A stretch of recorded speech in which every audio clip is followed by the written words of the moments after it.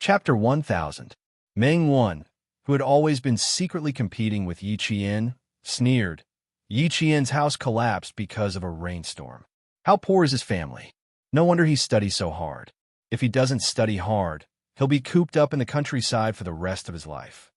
Meng Wan's cold words carried the arrogance of a city resident. In the end, she added, "Luckily, I live on the 5th floor, so I'm not afraid of a rainstorm." Meng Wan only sneered to herself. If she really said it out loud, her classmates wouldn't do it. Yi Qian opened the closet and put the bag containing Xia Jinyuan's military uniform in the innermost part. Then he put his few clothes outside. When he closed the closet door, his gaze paused for a moment before he closed it again. "Xia Jinyuan, your military uniform is here. I'll wait for the day you come back." Yi Qian, who was wearing a jacket, smiled and answered young, "Everything's fine." As he put on his clothes, he looked at the pitiful golden flowers and said, "You want to study at night, right?" "Sure. I haven't been in class for 11 days, so I have to study at night. But I can't study from Friday afternoon to Sunday. You have to study on your own. You don't have to go to the training base for the next few days. You took 11 days off, and you don't have to study at night when you return to school. It's really not appropriate. At least wait until the midterm exam results are out. You should hurry back to school and rest in the dorm. I'll bring you food." And Jiasin, who was also from Fujian town, knew that it would take more than 10 hours to travel from town to the provincial capital. As a good friend, she was more considerate than Yang Yi. Yi Qian didn't refuse. He was indeed a little tired. He hadn't rested much since returning to China. She stayed by K7's side the whole time. Xia Jinyuan, Pigeon, and the others were vigilant all the way back to China. They didn't even close their eyes. When Jiasin brought the food down, she saw that Yi Qian was already asleep. Upon closer inspection, she could see that there was a layer of dark circles under her white eyes. "Shoo, lower your voice, lower your voice. She's asleep." She hurriedly gestured for Yang, Yi, and the others to lower their voices and said, "Let's go to the dormitory next door to eat. You guys go first. I'll warm up her food with hot water." Now that it was winter, the girls liked to go back to the dormitory to eat. And Jiasin and the others were about to go to the dormitory next door to eat when 3 girls from the dormitory next door walked towards them with lunchboxes. They bumped into each other at the door. Before the girl in front could say anything, and Jiasin said softly, "Yi Qian is asleep. Let's go to your dormitory for dinner." "Asleep? All right then. Even if you're going to sleep, you still have to eat. Are you going to sleep on an empty stomach? I'll heat it up with boiling water. When she wakes up, she'll still be able to eat hot food, even outside." And Jiasin was still suppressing her voice. She then asked Li Qian, who was the last to come out, "Is the door closed?" Li Qian turned to take a look. It's off. Go over quickly. It's so cold." The temperature seems to have dropped again. The group of girls chuckled and went to the dormitory next door. Sophomore class 1 was an important class. The girls stayed in 3 dormitories, and each dormitory only had 6 people. It was unlike the humanities class, where each dormitory had 10 students and more than 4 dormitories. Meng Wan returned to the dormitory with the other 3 students. When he saw that Jiasin and the rest were all there, he couldn't help but smile. "Isn't Yi Qian back? Why aren't you guys accompanying her?"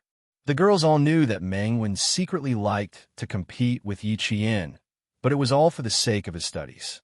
Usually, there was nothing much between them, and he wasn't like Yi Ying, who was always picky. Hence, they didn't think much of it. Chapter 1001. And Jiasin said disapprovingly, "She's resting because she's tired from the ride, so we came over to eat. Didn't you come over to ask me when Yi Qian would be back and ask her to help you solve the questions? TSK, you can ask her tonight." It would have been better if she hadn't mentioned it, but the moment she did, Meng Wan's expression changed. She said angrily, "Didn't you say she might not even take the midterms? Why don't you come back early?" "Yeah, I said she might, but I didn't say she might." And Jiasin stuffed a mouthful of rice in her mouth and didn't notice that something was wrong with Meng Wan's expression. "I think she's quite tired. I'm afraid she didn't rest well at home because she had to rush back for the exam."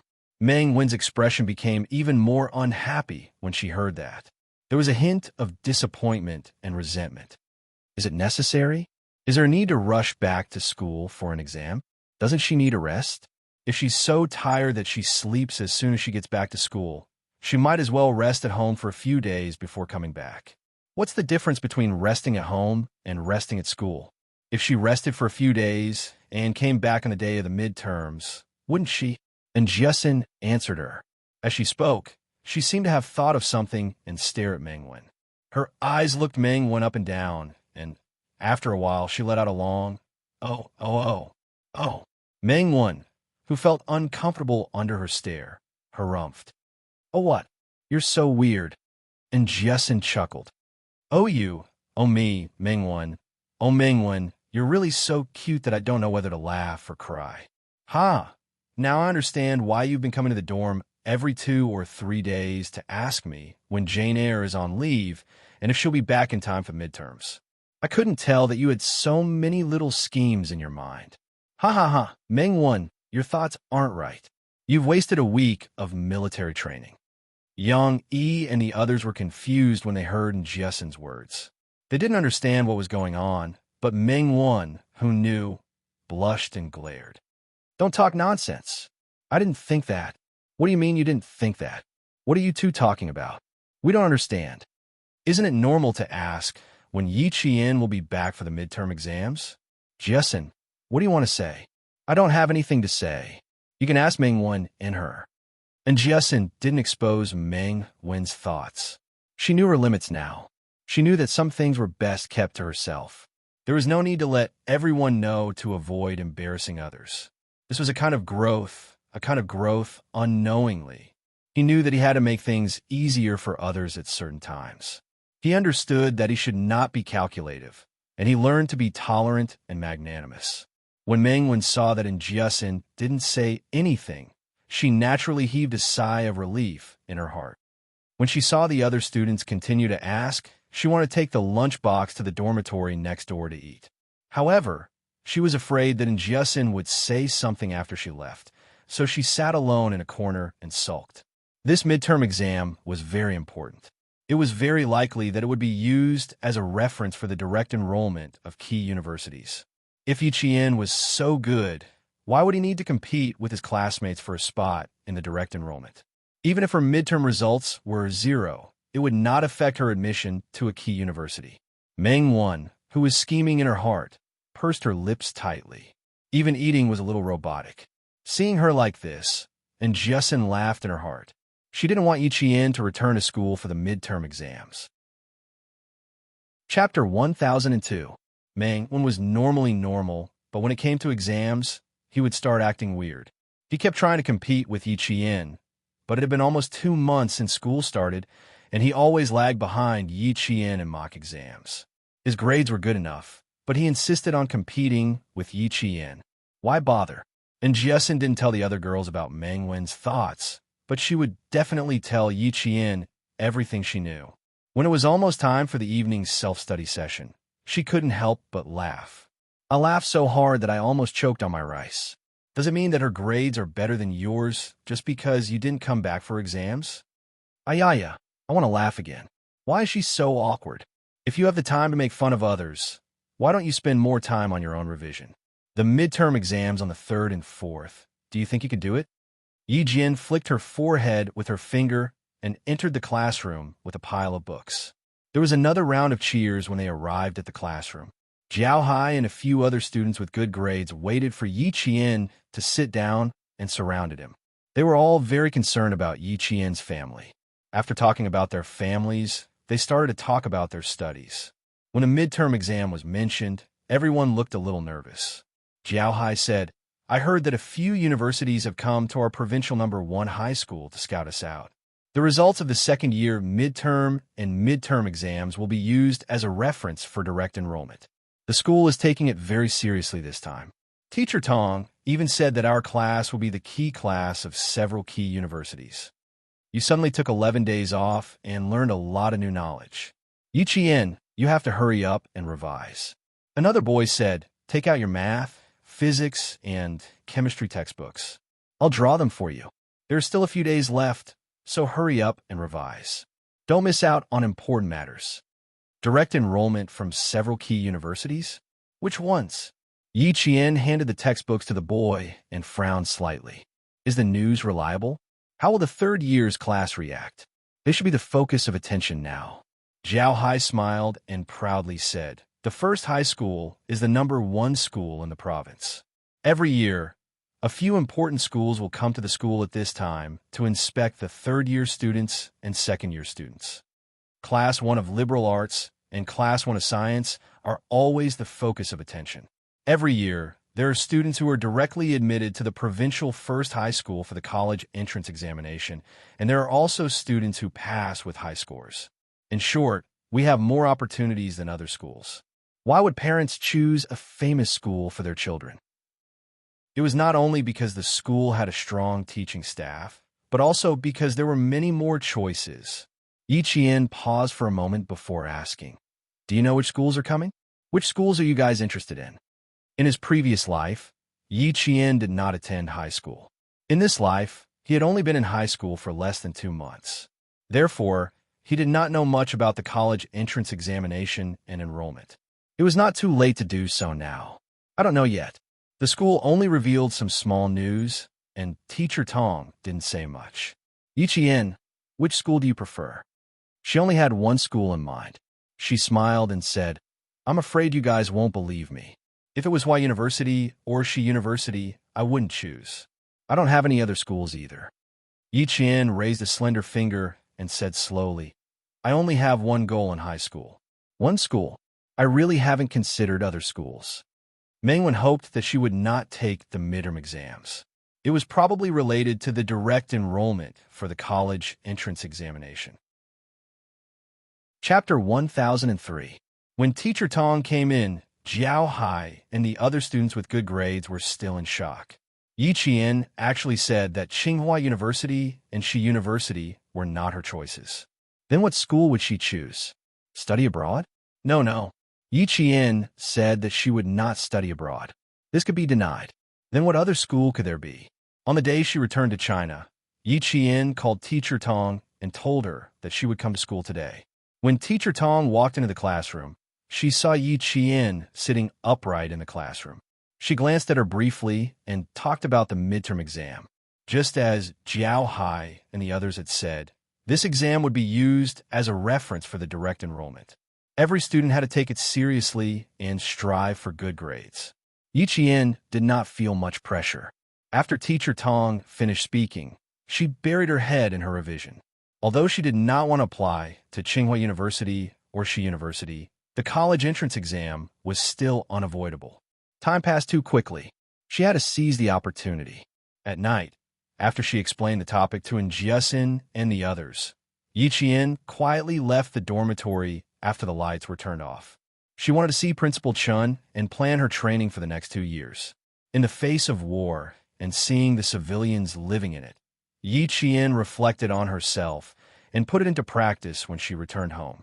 Since she said that she wanted to strengthen her training, she must strengthen her training. Principal Chun did not sleep. He quietly waited for Yi Qian to come over. You've lost weight. The first thing Principal Chun said when he saw Yi Qian was that she had lost weight. If she did not eat and sleep well for 11 days, she would lose weight. After looking at her for a while, Principal Chun smiled and said, You look more like a soldier. As for your eyes, they're sharper. Not bad. You look more like a soldier now. In order to nurture Yi Qian, Principal Chun had been living in the teacher's dormitory. It was a single room that was less than 30 square meters. But to him, he could live anywhere as long as he had a place to sleep. He was not picky. Yi Qian took out 2 cups and poured tea for Chun Xiao and a cup of water for himself. He smiled and said, Principal Chun, I've learned a lot this time, so I want to discuss something with you. The moment he came back, he was already discussing something, and he seemed to be in a hurry. This made the world-class sniper laugh out loud. Come. What do you want to discuss? Why are you so anxious when you just came back? I'm afraid it's not an ordinary matter. It just so happened that he also had something to ask Yuan Wan about her relationship with Captain Xia. You know me best. I want to discuss the training with you. Yi Jian took a small sip of the steaming hot water and told him her plan. Her expression was cold and determined as she said, "I want to enter the purgatory training in advance." What do you think? Just from the name of the purgatory training, one could tell what kind of training it was. It was a training where no one gave you any encouragement. You could only rely on yourself and silently encourage yourself to move forward. During the training, you had to endure a huge amount of physical and mental pressure to improve your physical and mental fitness. 4 years of training. This training should only be carried out next year. Principal Chen looked sharply at Yi Qian and said in a deep voice, "Girl, you have to know that once my training mode starts, it will not stop. Are you sure you want to undergo 2 years of purgatory training?" "I'm very sure, Uncle Chen." Yi Qian nodded firmly. Not only did he not back down, but his eyes even had a hint of excitement for the upcoming training. "Uncle Chen, I'm completely sure that I can enter the next round of training." Chapter 1004. There was some silence in the room. Principal Chen narrowed his eyes slightly as he sat in the chair in front of the desk. After some time, he nodded. "All right, I see that you're ready. You can start training in advance. Rest well for the next few days and prepare for the midterm exams. We'll start right after the exams. Train until 11:30 every night. You're still young, so you have to make sure you get enough sleep." Yi Qian smiled. "I'll be careful. I'll have to trouble you again from now on, Uncle Chen." "Haha, silly girl. My trouble will be much easier than your purgatory training. Enjoy your last few nights of leisure. You'll have to suffer from the night of the 5th. The purgatory training was divided into 3 parts. From 7 o'clock p.m. to 11 o'clock p.m., the focus was on physical training and skill training. Friday night to Sunday was survival training. This time, Yi Qian was obviously weaker than the members of the Snowfield Brigade in terms of physical fitness. They could march for dozens of hours at night without stopping. They could also maintain a high level of vigilance and detect abnormal situations. They could quickly formulate a battle plan within a few seconds. This kind of reaction and physical fitness was based on physical training and skill training. It could only be achieved through professional and systematic training. Yi Qian also had physical and skill training in the early stages, but it was all within the normal range and not training to challenge one's limits. The purgatory training was all about challenging one's limits. In the past, one could reach the standard with 8 or 10 points. But now, the purgatory training required 12 or 15 points. In the past, Yi Jian used to be able to complete the sniping in 5 minutes with his bare hands. Now, Yi Jian had to be able to complete the sniping in 20 minutes with his bare hands. This was the purgatory training. Since Yi Qian's goal was to join the Snowfield Brigade, he had to build a good foundation before he could get closer to his goal. The wound on his arm had healed after 11 days, but it hadn't healed enough to form a scab. It should be fine by the 5th. Yi Qian didn't mention his situation to Principal Chen, and Principal Chen didn't ask either. Instead, he drafted a training plan. The black pen scribbled on the white paper. Principal Chen's gaze was cold as he said, "If you want to join the Special Forces, you won't be able to snipe alone. You have to develop in all aspects. Take Captain Xia, for example. He's known as the all-around soldier king in the army. I heard from Commander Liu that he's extremely talented in explosives, reconnaissance, electronics, and commanding. In terms of shooting, he's even better than the entire army. Even one of Commander Liu's Gun King veterans couldn't beat him. He has talent, and your talent isn't bad either. If you set him as your goal, girl, you really have a lot to learn." Yi Qian, who had been watching Principal Chen draft the training plan, was caught off guard when he heard this. He choked on the water in his mouth and coughed. This caused Principal Chen to stop writing. He laughed out loud and said, "Girl, why are you so nervous? What, you think I don't know? Ha, that would be troublesome. I know everything that's going on between you and Captain Xia. I even talked to Commander-in-Chief Xia on the phone and discussed your future development with Captain Xia." Yi Qian choked and coughed even harder. Uncle Chen even talked to Commander-in-Chief Xia on the phone and discussed his future development with Captain Xia. He looked up and stuttered. How did you know? I didn't tell you. Commander-in-Chief Xia called you to tell you?" Chapter 1005. Even if you didn't tell me, someone else would. I was also quite surprised that Commander-in-Chief Xia called me, but I was even more surprised that he actually approved of it. Principal Chin still felt a little incredulous at the mention of his call with Commander-in-Chief Xia.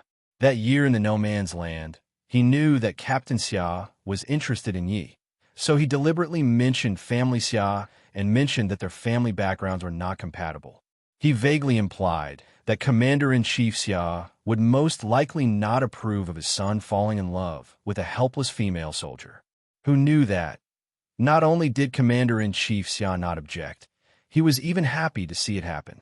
He even discussed with him not to stop the two young people from getting together and to let nature take its course. Yi Qian calmed herself down and took a big gulp of warm water. She cleared her throat and said, "Captain Xia and I are indeed getting along now, but I also told him about our relationship. The real confirmation will have to wait until after we graduate from high school." I also met Commander-in-Chief Xia. He participated in our big review on the last day of military training. I took his car back. About Captain Xia and I, Yi Qian's expression was extremely unnatural under Principal Chen's teasing smile. She braced herself and continued. Commander-in-Chief said that he didn't object, but I had to be careful. After all, I'm still young. She blushed as she spoke. It was as if she was caught in the act by an adult when she was secretly dating. She was at a loss of what to do. Principal Chen laughed, but he still had to talk about business. Ever since he received the call from Commander-in-Chief Xia, he had been thinking about finding an opportunity to ask. Now that Yi Qian came up to him and brought up the topic herself, it saved him a lot of trouble. Captain Xia is interested in you. I knew about it during the last training in the No Man's Land. He didn't hide it from me at that time. He even said that he is definitely a man worthy of you. Moreover, he is a soldier who has fought for the glory of the country all his life. I didn't agree at first, but when I heard this, I chose to wait and see for now. Now, it seemed that Captain Xia was indeed a responsible man and an excellent soldier. Uncle Jin and I can rest assured that you will be with him. Yi Qian was dumbfounded. Xia Jinyuan had revealed his thoughts to Uncle Chun in the No Man's Land. No wonder he said that Uncle Chun would definitely not object. He had mentioned it long ago. He's indeed an excellent soldier. I've learned a lot from him, and I've learned a lot. Yi Qian also had a very high opinion of Captain Xia. He was a soldier who had fought for the glory of his country all his life. This was the kind of soldier he was. It's precisely because he's so outstanding, little girl Yi. Principal Chan raised his head, the smile on his face receding slightly. His expression was solemn as he said, "It's precisely because of this that you should work even harder. Don't work hard for him, work hard for yourself. He is a man who is compatible with you, and you are a woman who is compatible with him. You don't need to depend on him to survive, and you don't need to depend on his light to survive. You have your own limelight, and you rely on your own abilities to stand out in the world. You don't need to rely on anyone else. This is what I hope for, little girl Yi." Xia Jinyuan's light was too bright. If little girl Yi didn't want to be overshadowed by his light, she had to work even harder. The two of them were like two stars in the sky. There was no need for one to rely on the other. They both had their own starlight. Don't worry. Whether I'm with Captain Xia or not, I'm still Yi Qian. I don't need to rely on someone else's Yi Qian. She was still herself. She wouldn't change just because she had a prominent boyfriend, and she definitely wouldn't stop moving forward. Chapter 1006. Principal Chan saw that her eyes were clear and bright, and that she did not have any intention of neglecting anything, so he was relieved. He patted her shoulder and said seriously, "Good girl, people must remember their original intentions, and they must not lose sight of their goals. Make sure that you have a pure heart and bravely pursue your dreams and achieve your goals. That kind of life is a real life, and your life will be even more magnificent. I know what you're doing, so I won't say much. Let's talk about the training. I watched a drill a few days ago, and it gave me a huge shock.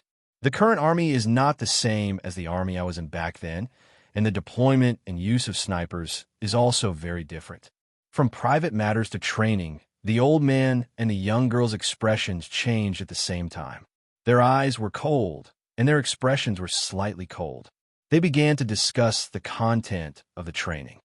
For example, in the mechanized infantry unit, a mechanized infantry battalion is assigned a sniper squad, and the deployment is decided by the battalion commander according to the specific situation, such as the mission, the enemy, the terrain, and the time. The sniper squad in the battalion is a combat unit that is quite opposite to each other. It is made up of 2 or 3 sniper squads and a squad leader. This is different from before. We used to have a sniper and an observer, and sometimes we didn't even have an observer. Just from this point alone, you can see that the reform of our army is quite big. I used to train you to fight alone, but it seems like I have to teach you about team combat in the future. In the army, you are not an individual, but a team. Soldiers in a team can fight together, and when necessary, you can fight alone. Principal Chun told Yi Qian everything he saw in the drill over the past few days so that Yi Qian could better understand the sniper combat of the entire army. I also saw that the snipers will have military all-terrain vehicles. The front and back of this vehicle can carry weapon systems, fuel, water, food, communication equipment, and personal combat equipment. It can be seen that the snipers the army needs now are not just soldiers responsible for sniping, but also to provide more useful information for the rear troops. Yi Qian did not know any of this. It was only through Principal Chen's analysis that she came up with the concept. From today onwards, Yi Qian would no longer limit herself to a sniper who only held a sniper rifle and went into battle alone. Instead, she began to develop the concept of an information-based sniper. Just from one exercise, Principal Chun had analyzed that all the troops of their country had already begun to use the information-based combat method. It was completely different from those countries that did not even have their own fighter jets and were militarily backward. A great country had risen. From returning to school to preparing for the midterm exams, Yi Qian attended classes during the day and studied at night. In less than one night, he had reviewed all the new lessons from the past 11 days. She had already finished her self-study, and revising again was just to consolidate her knowledge. The learning atmosphere in the class was quite tense. In order to obtain the direct enrollment quota, everyone was fully immersed in the midterm exam. The grade 12 students were even more nervous. They were going to take the college entrance exam next year. If they could be directly enrolled, it would not be as stressful for the grade 12 students. The intense revision of the grade 12 and grade 12 classes actually made the school much quieter for the first 3 days of the midterm exam. The exam started on the 3rd of the day, and Jiaxin's eyelid kept twitching. Before the exam started, she said to Yi Qian, "I think I'm going to do badly this time. My left eye keeps twitching." Chapter 1007. Yi Qian held her face and teased her seriously. "It's too late to think that you'll do badly. If you really don't do well, Uncle and Annie will think it's normal. If you do well, I think they'll think it's abnormal." "That's true. Ha ha ha. I didn't sleep well last night. I had a dream that I was looking for a pen during the exam. I was so scared that I woke up." And Jiaxin was relieved by Yi Qian's comforting words. She quickly said, "Don't tell me you really didn't bring a pen. Let me see," opening the stationery bag, and Jiaxin's mouth twitched as she said, "I really didn't bring a pen." "Not bad. You'll have no problem taking the exam. There's only 15 minutes left. You can go back and find a pen." Yi Qian looked at the time and reminded her slowly, "I'll give you 7 minutes and 30 seconds. That's enough time." And Jiaxin ran away. She didn't dare to stay, not bringing a pen during the exam. She was really generous. There were still 5 minutes left before the exam. And Jiaxin ran back to the classroom, panting. She didn't go back to her seat. Instead, she ran to Yi Qian's side. Panting, she said, "I thought I was the only one who didn't bring a pen. Yao Jing was the same. I bumped into her when I went upstairs. She even dragged me to talk to her." Yao Jing, a name that he hadn't heard for a long time. Yi Qian also realized that he hadn't heard her announcements in school for the past few days. Don't think that other people are like you, forgetting to bring a pen. Maybe they walk slower. Go back to your seat. The exam is about to start. Yi Qian didn't have much interest in Yao Jing. He gestured for Jiaxin to return her seat and prepare for the exam. The first exam in the morning was from 8 to 10 in the morning. Students from year 1 to year 3 would be taking the mathematics exam. The exam papers will be given out 3 minutes in advance. As the bell rang, the entire campus fell silent. One could even hear the rustling of the leaves in the wind. Yi was famous for his quick answers. The teachers in the school had also heard of him.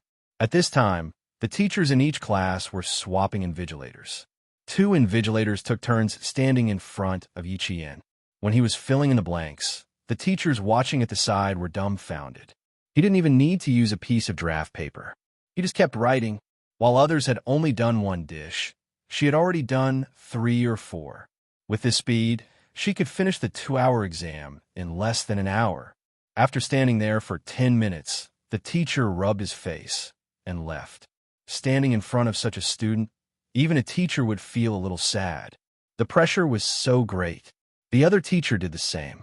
After standing there for about 10 minutes, he walked away silently. The pressure was extraordinarily great. Being a teacher was not as fast as being a student. When he saw the questions, he had to draw and write in his palm. As a student, he would just take a pen and calculate from the beginning to the end. The entire process was mental calculation. There was no paper. Yi had always been good at mental arithmetic. Otherwise, how could he have won the individual gold medal in the mathematical Olympiad? At around 9:10 a.m., Yi had already closed her test paper and was about to leave. Outside, the 2 unfamiliar teachers who had been keeping an eye on Yi could not help but secretly nod their heads when they saw this. They said to Principal Chow, "Principal Chow, when her midterm exam results are out, we'll have to trouble you to keep an eye on her. No rush, no rush. There's still 3 days before the exam. The 2 of you can keep an eye on other students." Principal Chow, who was accompanying the 2 Western University admissions teachers, was playing Tai Chi. Yi did not even need the admissions teachers to keep an eye on her. When the results were out, many schools would fight to get her. However, Old Chun had already reminded him that Tsinghua University and Western University would not be Yi choice. Chapter 1008. When the teacher from the admissions office of Western University heard this, he smiled and said, "Nannan number 1 middle school has always been full of talents. 2 of the exchange students that our school selected to go to the United States graduated from Nannan number 1 middle school. The relationship between Western University and Nannan number 1 middle school is not ordinary.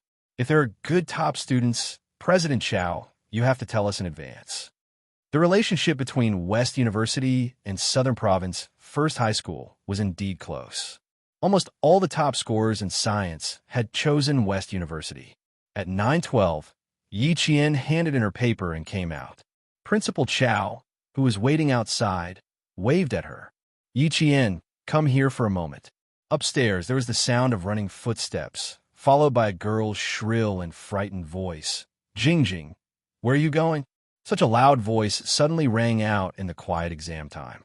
The students upstairs and downstairs could all hear it. Naturally, Yi and Principal Chow also heard it. The second-year students sitting by the window paused and glanced outside. "Close the classroom door. Don't disturb the students' exam." Principal Chow was the first to remind the invigilator of Year 2, Class 1. He then personally closed the classroom door and turned to Yi and said, "There's still 50 minutes left. Why don't you go back to the dormitory and rest for a while? You shouldn't have handed in your papers so early on such a cold day. It's much warmer to sit in the classroom." Before Yi could answer, the commotion upstairs grew louder. A teacher's panicked voice could be heard. "Quick, go find the principal. Something happened to a girl in grade 12, class 6. Quick, something happened to the girls in grade 12, class 6? Principal Chow didn't have time to talk to Yi. Even the 2 admissions teachers from West University hurriedly said, "Excuse me," and hurriedly left. When something happened to a student, the teachers in charge of the admissions office of West University all changed their expressions. How could they still have the mood to go to other classes to take a look? They all chased after Principal Chow. Yi furrowed his brows. The girl who screamed was Wang Dandan, and the Jing she mentioned was Yao Jing. Something happened to Yao Jing? Would something happen to her? What could have happened to her? Class 1 was on the 4th floor, Class 6 was on the 5th floor, and Class 3 was on the 6th floor. Yao Jing didn't rush downstairs, but went upstairs instead to find Yang Heng. Instead of focusing on the exam, he rushed to the 6th floor to look for Yang Heng. Yi Qian thought to himself as he went downstairs. He raised his head thoughtfully and looked up through the gap in the stairs. Something's not right. When they were about to reach the 4th floor, they heard Wang Danden's shrill voice. Jing, Jing, come back quickly. Don't scare me, come back quickly. Come back quickly. Hearing this, Yi Qian, who was heading downstairs, stopped abruptly, turned around, and ran upstairs. When she reached the 5th floor, she saw the form teacher of Class 6 stumbling down the stairs in a panic. She was so flustered that she missed a step and fell forward. Don't worry, be careful not to fall. Yi Qian, who had sharp eyes and nimble hands, rushed over and supported the teacher. What happened up there? Is there anything I can do to help? Yi Qian supported her in time, but the form teacher of Class 6 still sprained her ankle in her high heels. She gritted her teeth and walked down the stairs. It's Yi Qian, quick, help me get Yang Heng out of Class 1. Tell him that something happened to Yao Jing and ask him to come over. Something big had indeed happened, and it wasn't just an ordinary thing. Yao Jing sat on the edge of the rooftop of the teaching building with her feet dangling outside. She swayed from time to time as if she was admiring the scenery. Wang Danden was so scared that she fell to the ground and cried. She stammered, I don't know. She suddenly told me that she wanted to go up to the rooftop and asked me to find Yang Heng. Otherwise she would jump off the building. Chapter 1009. Wang Danden was in a daze. She was so shocked that she couldn't continue speaking and even bit her own tongue. I don't know what happened. I was in the middle of the exam and didn't even finish the questions when Jing Jing suddenly came over and snatched my exam paper. I don't even know what happened. Wang Danden, who was paralyzed, was really frightened. Her face was so pale that her lips were trembling. She was sweating profusely, and her bangs were drenched in sweat. Her forehead was sticking to her forehead. She was still at a loss. Seeing her so frightened, Principal Chow knew he couldn't get anything out of her, so he got the invigilator to help her to the side. Help her to the side and get her a cup of warm water. Principal, let Yang Heng come up. Grade 12 Class 1's Yang Heng. Let him come up. He'll definitely have a way to persuade Jing Jing. Jing Jing is doing this for him. Please let Yang Heng come up quickly. Although her good friend Wang Danden didn't agree with Yao Jing's way of doing things, she had never said anything bad about her behind her back. Sometimes, she would even advise her appropriately. For example, Wang Danden had always tried to persuade her to relax about Yi Qian and Yang Heng. Unfortunately, it was useless. Yao Jing seemed to have been possessed and didn't get the result she wanted. Ever since Yang Heng's birthday, she hadn't calmed down and let go of her pent-up anger. Not only did she not let go, but the more she thought about it, the more she felt that she wasn't wrong. Everything she did was because she liked Yang Heng. She just wanted Yang Heng to lead a good life. She just wanted to get Yang Heng's only attention. After giving so much, all she got was disgusting from Yang Heng. Why? How could Yang Heng call her disgusting after giving up so much? She gave up so much just to prevent him from being seduced by those students with ulterior motives. Didn't she know why they liked Yang Heng? Wasn't it because of Yang Heng's family background? He was good-looking, had a good family background, and was good at studying. Who wouldn't like him? They all liked him. No one disliked him. But that was exactly what they liked. Liking someone with ulterior motives was despicable. Unlike her, she only liked Yang Heng himself. From middle school to high school, she only liked Yang Heng. She liked him so much and wanted him to lead a good life. Yang Heng, what makes you think she's disgusting? How is she not worthy of him?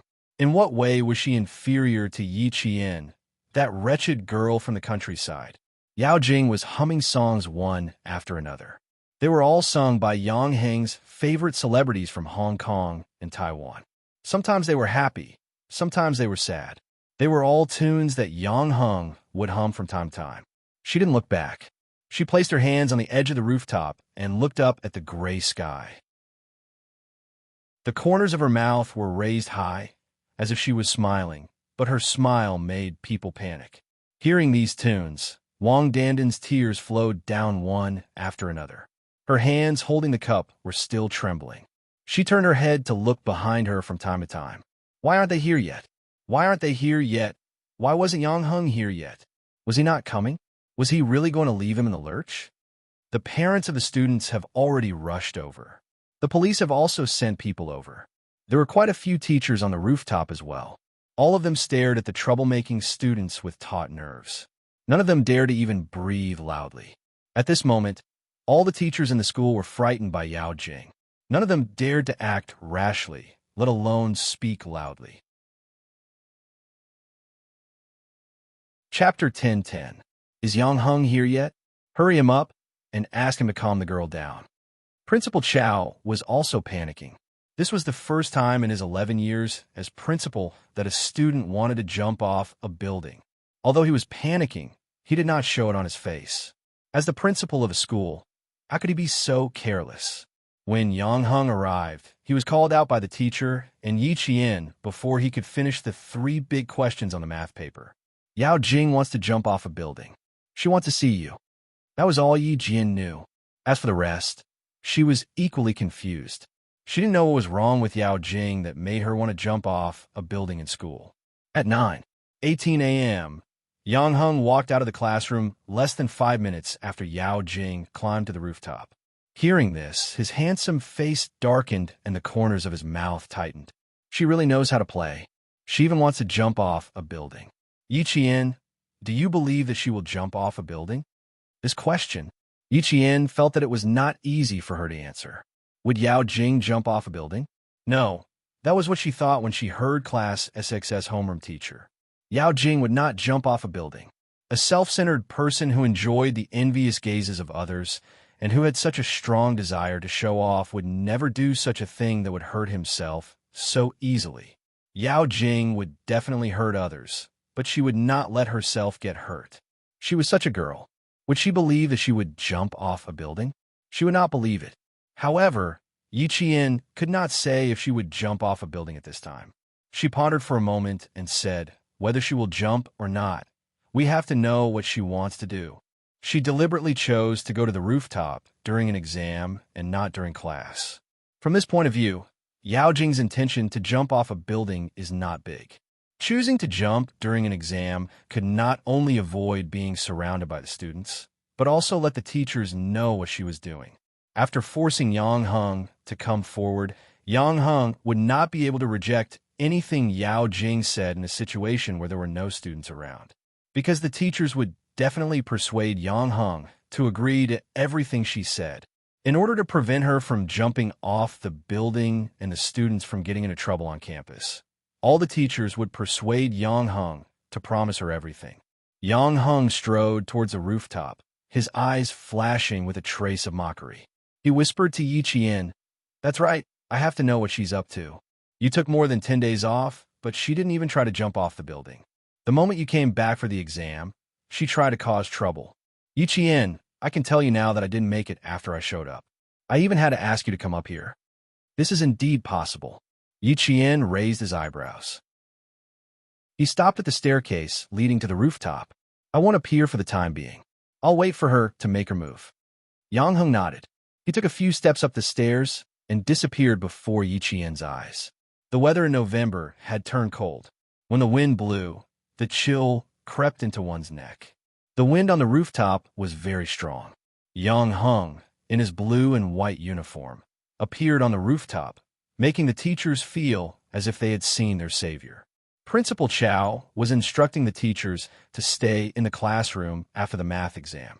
When he saw Yang Heng, he immediately signaled him to go back. He had to give a few instructions. "Yang Heng, something happened to Yao Jing from grade 12 class 6. Go and persuade her, but don't agitate her. Do whatever she wants to say and do as she pleases. You have to wait until her parents arrive, understand?" Yang Heng, standing in the small pavilion leading to the rooftop, Principal Chow calmly instructed, "You have to remember, you have to wait until her parents arrive. Chapter 10:11. I'll try my best. Yang Hung nodded as his handsome face darkened. Don't worry. She won't jump off the building. Yao Jing, I know her. Won't jump off the building. What if she missed a step? Principal Chow sighed. It doesn't matter whether she will or not. It's dangerous to stand on the edge of the rooftop now. If she misses a step, it'll be too late. He patted Yang Heng's shoulder and said solemnly, Yang Hung, it's up to you now. Before the police arrive, and before there's a life cushion, you have to hold her steady. You have to hold her steady. Okay, I'll try my best to delay it. Wait for Uncle Yao and the rest to arrive. Yang Heng's eyes darkened. If Uncle Yao and the rest were here, Yao Jing would have more support. There were more than 10 teachers on the rooftop, and 2 of them were 4 to 5 meters away from Yao Jing. They were trying their best to persuade her. Yao Jing, no matter what you're sitting here for, you must think about your parents. Think about them. We can solve anything. As long as you tell us, we'll think of a way to solve it. Why must you joke with your life? All the students are very worried. Can you come down first? If there's anything, we can sit down and talk. Sit down and solve it together, okay? Yao Jing turned her head and said to the teacher who was talking to her on the right, I want Yang Hung to come up. Also, don't get too close. If you get too close, I'll panic. Who knows? I might accidentally fall down. She immediately turned her head to the left and saw the teachers approaching her. I don't like teachers surrounding me like this. I have to stand up. If I stand up, you won't dare to come close to me. As he spoke, he really stood up. The teachers on the left and right were so shocked that they all stepped back. Sit, sit, we'll leave. It was too scary. How could there be such a student? Even adults don't have the guts to jump off a building. Yao Jing stood up and extended one of her legs into the air. Her action scared all the teachers to the point that they almost had a heart attack. Teacher, don't come any closer. Look, I just have to lift my leg and I'll go down. With one leg in the air, she smiled menacingly. I want to see Yang Hung. I want to see him. Right away, right away. Yang Hung is taking the exam. He's a senior high school student. You have to give him some time. Don't be agitated. He'll be here soon. I guarantee that he'll be here soon. Yao Jing, sit tight and don't move. Yang Hung will be here soon. At this time, they could only go along with her. Their hearts were in their throats, and the teacher in their eyes did not dare to do so. Everyone opened their mouths to persuade her. I want to see him immediately. Are exams more important than my life? Is it more important than my life? I want to see him now. Right away. She screamed, and her expression was so crazy that it made the hearts of the teachers tremble. They stared at her feet, afraid that she would fall down in her agitation. Yang Hung, who rushed out of the rooftop, happened to hear this sentence. Seeing her with one foot in the air, his eyes instantly darkened. Standing was even more dangerous than sitting. Headmaster Chow was so frightened that layers of cold sweat appeared on his back. Yang Hung, hurry up and persuade Jing Jing. She's been acting strangely for the past 10 days. That day, when Yi Qian came back to school and saw you talking to her, even her expression changed. Wang Dandan grabbed Yang Heng's sleeve and said with tears in her eyes, she placed all her hopes on Yang Hung. She can jump. She really can jump. Chapter 10:12. Yang Hung lowered his head to look at her. The corners of his mouth twitched slightly as he said softly, do you believe that she will jump? Yao Jing is not afraid of heights. Yao Jing was not afraid of heights. She sat on the rooftop of the school building with her hands on the edge. Her center of gravity was tilted backward. From this posture, it was obvious that she was secretly protecting herself. I don't know, but she's really in danger now. Yang Hung, you can't leave her in the lurch. Wang Dandan said softly, her red and swollen eyes full of pleading. Yao Jing, she likes you too much. Yang Hung pursed his lips and remained silent. When it came to Yao Jing, no matter what he did, she always had a way to force him to stand up. He walked out and said loudly, Yao Jing, I'm here now. Can we talk about it after you come down? Yao Jing, who was still in a frenzy a second ago, stopped yelling at the teacher when she heard the familiar voice. She smiled and said to Yang Hung, who was still a distance away, Yang Hung, why are you only here now? I was having an exam. Yang Heng took a few steps forward. Although he had a feeling that Yao Jing would not jump down, his heart couldn't help but skip a beat when he saw the gloomy smile on her face. Wang Dandan said that you were looking for me. What is it that you have to say in such a way? Yao Jing retracted her foot and stood on the edge of the rooftop that was less than 15 centimeters away. She laughed and said, "Why do I have to say in such a way? Yang Heng, how can you ask me? You have to ask yourself. Why are you asking me the same question? I'm like this because you forced me to. What did I force you to do?" Yang Heng was calmer than the teacher because he knew her well. His clean and handsome face was cold, and he didn't panic at all in the face of her questioning. Is there nothing else? If there is nothing else, I'm leaving. He turned and prepared to go back to the classroom. Yao Jing saw this and screamed crazily. Yang Heng, you dare? You dare to leave? Try taking another step. The teacher saw her so agitated that her body was shaking. Almost at the same time, they said, "Don't go, don't go. Don't rush, don't rush. Yang Heng, come back. Don't rush her. Go with her. You must go with her." The head teacher of class 6 sprained his ankle and did not dare to go to the infirmary. He stopped Yang Heng and said, "Yang Heng, the exam is not important now. Life is important. If something really happens to her in school, all of us will have to bear the consequences." Just as Yiqian had guessed, all the teachers were advising Yang Heng to go along with Yao Jing and not be anxious with her. All the teachers tried to persuade her. Yao Jing's eyes flashed with a trace of ruthlessness as she said again, "Yang Heng, you know best what kind of character I, Yao Jing, have. If I'm having a hard time, you won't have a good time either. I jumped down today because you forced me to my death. You and Yi Qian forced me to my death." Upon hearing Yi Qian's name, Yang Heng clenched his fists. He turned around and looked at her coldly. "What do we force you to do? What does your jumping have to do with me and Yi Qian?" Yang Heng, seeing that Su Tao had no intention of going along with Yao Jing, Principal Chow said in a deep voice, "Why don't you soften your attitude? This isn't a small matter." Why was it related to Yi Qian again? Ever since the previous incident, Yi Qian and Yao Jing had no more conflicts in school. Why was it related to Yi Qian again?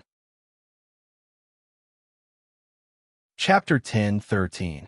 Yang Heng loosened his fist and clenched it again. He took a deep breath and said, "Say it yourself, what do you want? The whole school is having an exam and you're jumping off the building. Yao Jing, I know you, and that's why I don't want to talk to you. Now I'm listening, you tell me. At most, I'll skip the exam this time and spend a day with you on the rooftop. You said that I forced you to jump, so it's fine. If you jump, I'll pay with my life." The moment she said that, more than 10 teachers' knees turned to jelly. A life for a life. Yang Heng, what nonsense are you talking about? His tough attitude showed no signs of obedience. Yao Jing's eyes were filled with hatred. Yang Heng, you're really ruthless. She didn't even soften his heart. It's fine, it's fine. As long as he didn't leave, her plan would succeed. Are you forcing me to jump now? Fine, a life for a life is fine. But do you dare to stand up? If you dare, I'll believe you. A life for a life. Yao Jing's voice was extremely sharp. Tears flowed out of her eyes. She cried while wiping her tears. How can you do this?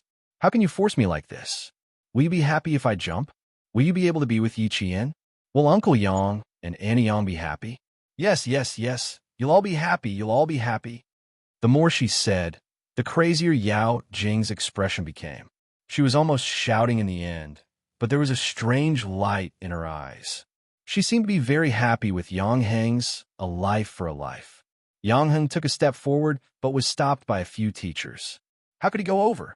A student stood up, then another student. What was this? Yao Jing, calm down. How old are you? You're talking about a life for a life over a small matter. What will happen to your parents? Yang Heng, calm down too.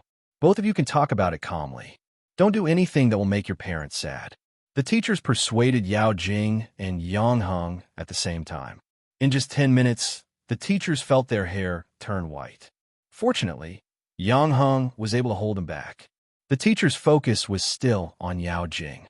He tried to persuade her until his mouth was dry and cold sweat broke out on his back. He was so nervous that his muscles were sore. Seeing Yang Heng being held back, Yao Jing's face darkened. She wanted Yang Heng to come over. Not only did she want him to come over, she also wanted Yi Qian to step forward. Yang Heng, who was held back by the teacher, glared coldly at Yao Jing, who still believed that she had done nothing wrong, and said coldly, "I don't understand what you're saying. What does your own business have to do with my parents? Why should my parents be happy when you jump off a building?" Yao Jing, don't treat the things you want to do as if you were forced by others. No one forced you. It's just like jumping off a building. Who forced you? All the teachers advised you to come down. I also asked you to come down, but you didn't want to come down. Are we forcing you to do this? Well said. The teachers heaved a sigh of relief when they heard Yang Heng's words. He had to drag it out. He had to drag it out. He had to drag it out until the parents and the police came. Why isn't he here yet? It had already been more than 10 minutes. Yang Heng, who was being stared at by Yao Jing, was speechless. The hatred in his heart grew. He gritted his teeth, and even his voice was filled with malice. You didn't force me? Call Yi Qian up. The three of us will confront each other. Let the teachers see if the two of you forced me. Chapter 10:14. I'm just saying that she got into a fight with someone outside and implicated you. I'm obviously doing this for your own good, but you're helping Yi Qian instead. You even said I'm disgusting. I'm doing this for your own good, Yang Heng, but in the end, I'm still being scolded by you. Call Yi Qian up. Call Yi Qian up. On the first floor, Mother Yao, who had rushed to the school, raised her head and saw her daughter's frail figure standing on the edge of the rooftop. Before she came up, she was already screaming at the top of her lungs, "Jing Jing, my daughter!" From the first floor to the rooftop, Mother Yao sprinted at the speed of 100 meters, much faster than Deputy Bureau Chief Yao. Mother Yao, who only had eyes for her daughter, lost all color in her face and said in a trembling voice, "Good baby, come down quickly. Don't scare mommy. Don't scare mommy. Come down quickly. Don't scare mommy." Mom, I'm chatting with Yang Heng. Didn't he say I'm disgusting? I just want to know how I disgusted him and how I'm not as good as Yi Qian. Mom, you should cry too. If I really fell, it was Yang Heng and Yi Qian who forced me to my death. If you want to avenge me, you have to look for them. The teacher's eyelids twitched when she heard Yao Jing's words. At the same time, she was extremely disgusted by Yao Jing's behavior. Mother Yao only realized that Yang Heng was also there when she heard this. She cried and threw herself at Yang Heng, hitting him with her fists. Yang Heng, you've caused my daughter to suffer. Now that my daughter has met with an accident, I won't let you off. I won't let you off. The teacher frowned when she heard this. Instead of persuading her daughter to come down, she blamed others for harming her daughter. The two female teachers pulled Mother Yao away and had no choice but to persuade her again. We should persuade Yao Jing to come down first. You've seen it for yourself. If she continues to stand like this, we don't need to tell you what the consequences will be. I don't care, I don't care. My daughter's accident was caused by him. Yang Heng, if you don't apologize to my Jing Jing today, I won't let you off. Mother Yao struggled and screamed. She knew what her daughter wanted. Whether or not her daughter could come down depended on Yang Heng. Deputy Bureau Chief Yao, who had arrived a few steps later, rushed to the rooftop and stared at his daughter, who didn't even care about her own life. His vision darkened. Jing Jing, what are you doing? Come down for Dad. Don't you know how dangerous it is up there? If you fall, do you want your parents to jump with you? Get down here. Papa Yao was much more rational than Mama Yao. As he spoke, he walked over lightly. Be good, come down with Papa first. Don't do anything stupid. If you're unhappy or feel wronged, you could tell Dad and Mom. Dad, don't come over. I'll jump if you come over. I'll jump right away. I might as well fall to my death. Yao Jing cried until her vision blurred. Mom, Dad, I don't want to live anymore. He's still helping Yi Qian. He still thinks that I'm wrong. Dad, Mom, I don't want to live anymore. I don't want to live anymore. Yi Qian, get the hell out here. Get the hell out here. Are you happy now that you forced me to jump off a building? Come out right now. Yi Qian, yes, yes, yes, and that devilish girl. What are you teachers waiting for? My daughter, get Yi Qian out here. Get her out here. Get her out here. After Yao Jing shouted, Mama Yao continued to shout. The mother and daughter's voices were each louder than the other. As for their expressions, the older one was crazier than the younger one. Papa Yao turned around and glared at his wife. He said in a low voice, Get our daughter down here first. Instead of persuading her properly, you're adding fuel to the fire. Chapter 10:15.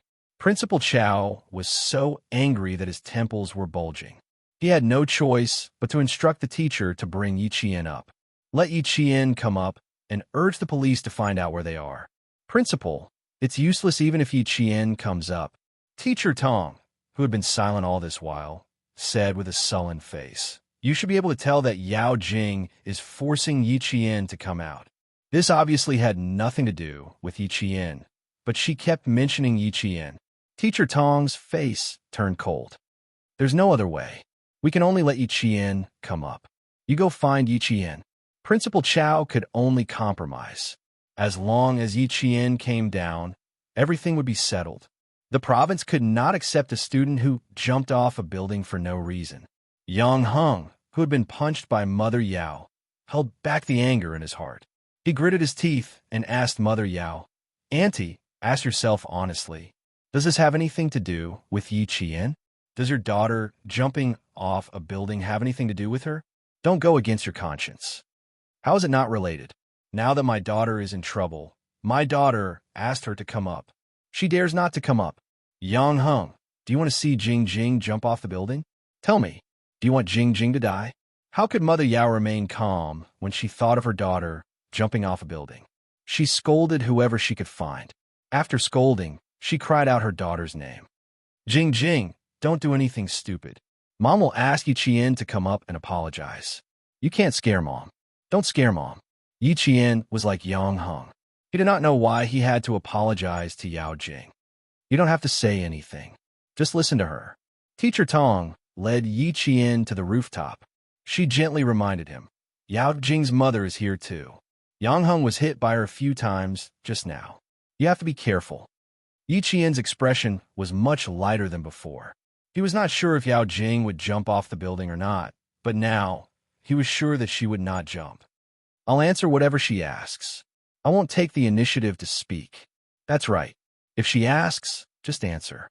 What's there to apologize for? Regardless of whether she's wrong or not, just bear with it for now. We'll settle this matter slowly after they come down. Teacher Tong's thoughts were the same as Principal Chow's. The school would definitely not accept a student like Yao Jing and would advise her to drop out.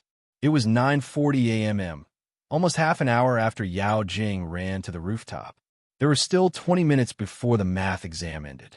Yao Jing secretly glanced at the first floor. The police had not arrived yet, and there were no escape mats. But the person she was waiting for was not here yet. Yi Qian was not here yet. Mother Yao cried as she leaned against the teacher. She urged her daughter to come down quickly and blamed Yang Heng for not helping her daughter at all. He disregarded their friendship of more than 10 years and instead helped outsiders to bully her daughter. Can you stop talking? Father Yao, who didn't dare to approach, gripped his phone tightly. As he dialed the number, he warned his wife not to say anything that would hurt his daughter. He called the police station and asked them to send someone over as soon as possible. Yi Qian could feel the tense atmosphere on the rooftop. It was all because of Yao Jing. Everyone was tense, afraid that she would come out. Why are you really here? Yang Heng looked at Yi Qian and frowned. He whispered, something's not right. I just said that I'll pay with my life. She seemed very happy. Yao Jing was happy to pay with Yang Heng's life? Yi Qian frowned. What is she trying to do? Is she trying to jump off the building? Is she trying to force you to jump off the building? If that was really the case, Yao Jing's mind was too twisted. It was completely abnormal. Chapter 10:16. I thought so too. Let's go take a look. Yang Heng didn't let Yi Qian go alone. He walked in front and led Yi Qian over. Yi Qian and I are both here. Ask whatever you want. Mother Yao heard Yi Qian and immediately turned her head. Her gaze was as sharp as a knife. Yi Qian, my daughter is in trouble. I don't care whose daughter you are. I won't let you off. Yi Qian looked at her indifferently and said coldly, "Fortunately, the teachers are here. Otherwise, I wouldn't be able to explain myself. How can you blame others for jumping off the building? The director's wife is still the same as before. She's used to confusing right and wrong. I don't care how powerful you are. If my daughter is in trouble, I'll only look for you." Mother Yao shouted fiercely. Then she cried and said to Yao Jing, "Jing Jing, they're here. Can you sit down and talk? Can you come down and talk?" No, she couldn't sit down and she couldn't come down. It was still too far away. She had to let the two of them come closer. Yao Jing's eyes flashed with a trace of malice. With a hoarse voice, she said, "You two are here. You're finally here. Yi Qian, you're happy today, aren't you? You must be happy to see me jump off the building. As long as I jump off now, no one can stop you from being with Yang Heng, right? Jing Jing, do you want me to jump with you?" Mother Yao cried until her voice was hoarse. At this moment, she didn't have the authority of an office manager. She was like an ordinary woman who was worried sick for her daughter. Yao Jing didn't look at her parents again. She only stared at the two people who were a few meters away. Tears flowed from her eyes, but she was smiling. "I want to ask you. I have a lot to ask you. Yang Heng, do I really disgust you? Do I really disgust you?" As she asked, she stepped a little closer to the edge of the rooftop. It seemed that Yang Heng's answer would disgust her, and she would jump immediately. Yi Qian, who had been keeping her by his side all this while, narrowed his eyes slightly. It turned out that she really didn't want to jump off the building. She carefully maintained her center of gravity and leaned forward. The teachers on both sides did not leave. When they saw Yao Jing standing at the edge, their hearts almost jumped out of their throats. They signaled Yang Heng with their eyes to let him follow Yao Jing. "No," Yang Heng answered coldly and emotionlessly. Yao Jing smiled as she combed her hair that was messed up by the wind and sighed. "It's too far, and I can't hear you clearly. Yi Qian, we have a lot to talk about. How about we chat before I jump?" "Something's not right." Yi Qian raised her eyebrows and said indifferently, "Okay, let's chat then." "Yi Qian." Yang Heng lowered his voice and frowned. "She must have something else on her mind. I know she must have something else on her mind. Let's see what it is. There are still 20 minutes before the next exam, and I don't want to miss it." Yi Qian said casually as he walked step by step to Yao Jing's side. He looked up at her and smiled. "I'm here. What do you want to say?" Yang Heng walked over and looked up at her. "You're here too. What do you want to say? What do you want to ask?" "I want to ask, since you said that I'm not disgusting, shouldn't you apologize to me?" Yao Jing lowered her head and took another step back. "Yang Heng, shouldn't you apologize to me?" Chapter 10:17. Apologize to Yao Jing. Yang Heng felt his stomach churn. "Yao Jing, all you want is an apology from Yang Heng?" Yi Qian did not let Yang Heng speak immediately. His eyes were bright as he asked her with a faint smile, "Think about it seriously. Do you really only want an apology from Yang Heng? He owes me this." Yao Jing's expression was exceptionally calm. Her bloodshot eyes were dark and gloomy. "He owes me. What does that have to do with you?" Yi Qian sneered. "That's right. If you know it has nothing to do with me, then why did you ask me to come here? What happened between Yang Heng and me has nothing to do with you, but I have something to settle with you." Yao Jing bent over slightly. Perhaps she had been standing for too long. Her body swayed slightly when she bent over. Then she heard Mother Yao's shrill scream. "What did you two say? What did you say? Are you trying to kill my daughter?" Father Yao could no longer stay calm. He took a few steps forward and his calves trembled. "Jing Jing, can you talk nicely and give them your hand? Can the three of you talk nicely?" The most important thing was to persuade his daughter to come down. Yao Jing was stubborn. If she really couldn't think things through, she might jump down. "You like Yang Heng and made him distance himself from me. Yi Qian, didn't you like Yang Heng's family background? I've seen plenty of girls like you." Yao Jing, who was shocked, quickly steadied herself. She was a dancer and had a good sense of balance. She was able to stabilize herself after swaying a little. Yang Heng lost his patience. "What do you want? Give me your hand. Hurry up." He took a step forward, almost grabbing Yao Jing's ankle and pulling her down. I've never thought of going down since I was standing here. Apologize to me, Yang Heng. Apologize to me loudly. Yao Jing moved to the side of the rooftop to prevent Yang Heng from pulling her down. You left me alone for more than 10 days. You ignored me and even deliberately turned a blind eye on me. Yang Heng, I want you to apologize. I want you to promise that you won't ignore me in the future. Hurry up and promise me. Otherwise, I'll jump down right now. Raising one of her legs, Yao Jing seemed to have lost her rationality. Mother Yao's vision turned black as she cried until she couldn't speak. She only knew that at this moment, everyone had to listen to their daughter. Yang Heng, Auntie is begging you. Please, I beg you. Why don't you apologize? You've known each other for more than 10 years. Can't you give in to Jing like you did when you were young? Mother Yao wasn't the only one trying to persuade Yang Heng. The teachers were also trying to persuade Yang Heng to apologize to Yao Jing. But why should he apologize to Yao Jing? Actually, I didn't know why. But looking at it now, why did it feel like a student falling in love? Yi Qian, on the other hand, was very calm as he stared at Yao Jing's motionless right leg. Even when she lifted her left foot, her right foot was steady and didn't tremble at all. Her instep was tightly pressed against the edge of the roof. It was only 4 centimeters high, and she used it to stabilize her body. Using such a method to stabilize herself meant that Yao Jing had some foundation. Was she a dance student? If she was a dance student, no wonder she dared to stand on the roof and shout that she wanted to jump down. She had a strong balance and a strong support point. It wouldn't be so easy for her to fall down. Hearing her ridiculous words, Yi Qian's lips curled up slightly. Indeed, it was as he had guessed.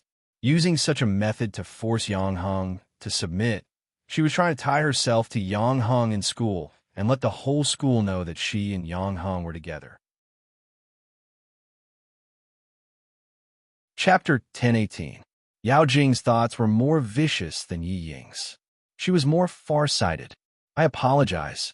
I'll apologize to you right now. Yang Heng saw her walk out empty-footed again. Even though he didn't think she would jump, his face tightened. I'm sorry. I shouldn't have said those things. I shouldn't have avoided you in school. It was impossible to hear sincerity from a forced apology. Yao Jing didn't need sincerity. She only needed to hear what she wanted to hear. Hearing this, she said to Yi Qian in a low voice, "Did you see that? In the end, he still had to bow down to me. Yi Qian, you want to take Yang Heng away from me? You're dreaming. Now it's your turn. You made me suffer so much. You made me stand alone on the rooftop for so long. How are you going to apologize to me? How do you want me to apologize?" Yi Qian asked calmly. "Simple. You'll stand there for as long as I stand there." Yao Jing said in a sinister tone. "You made me so miserable. I'll let you stand there for as long as I stand there, and we'll call it even. Yang Heng, you can't come into contact with him anymore. As for me, I won't find trouble with you anymore. How's that?" she said in a low voice with a strange smile on her lips. Yang Heng heard it clearly and immediately became alert. "Yao Jing, what are you trying to do? I don't want to do anything. This is between me and Yi Qian. Why?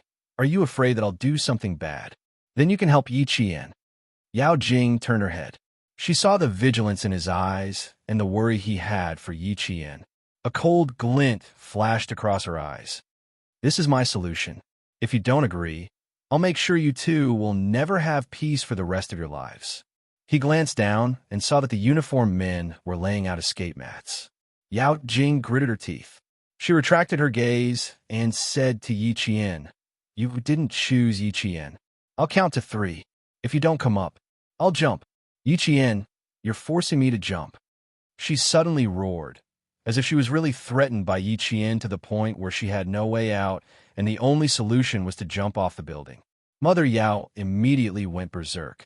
She wailed in a hoarse voice, "Yi Qian, you forced my daughter to her death. I'll fight it out with you. I'll fight it out with you. Calm the parents down and go rest at the side." Principal Chao's face was as cold as ice. The whole family had spoiled Yao Jing, and today's matter had a lot to do with her parents. Just as he shifted his gaze, the teacher who had been trying to persuade him shrieked, Yi Qian, what are you trying to do? Yi Qian was climbing up the rooftop. She smiled as she accepted Yao Jing's challenge. Since you've been standing for about half an hour, I'll also stand for about half an hour, he said with a smile. Since you've been standing for about half an hour, I'll do the same. Yes, you'll also have to stand for about half an hour. Yao Jing laughed softly. The viciousness in her eyes was like a thick miasma that could not be dissolved. She was full of viciousness. Yi Jian, you made me suffer so much. Half an hour. Do you think it's possible? Her body suddenly swayed towards the edge of the rooftop, but she quickly steadied herself. The moment she moved, the teacher's hearts tightened. With the addition of Yi Qian, Teacher Tong's body stiffened.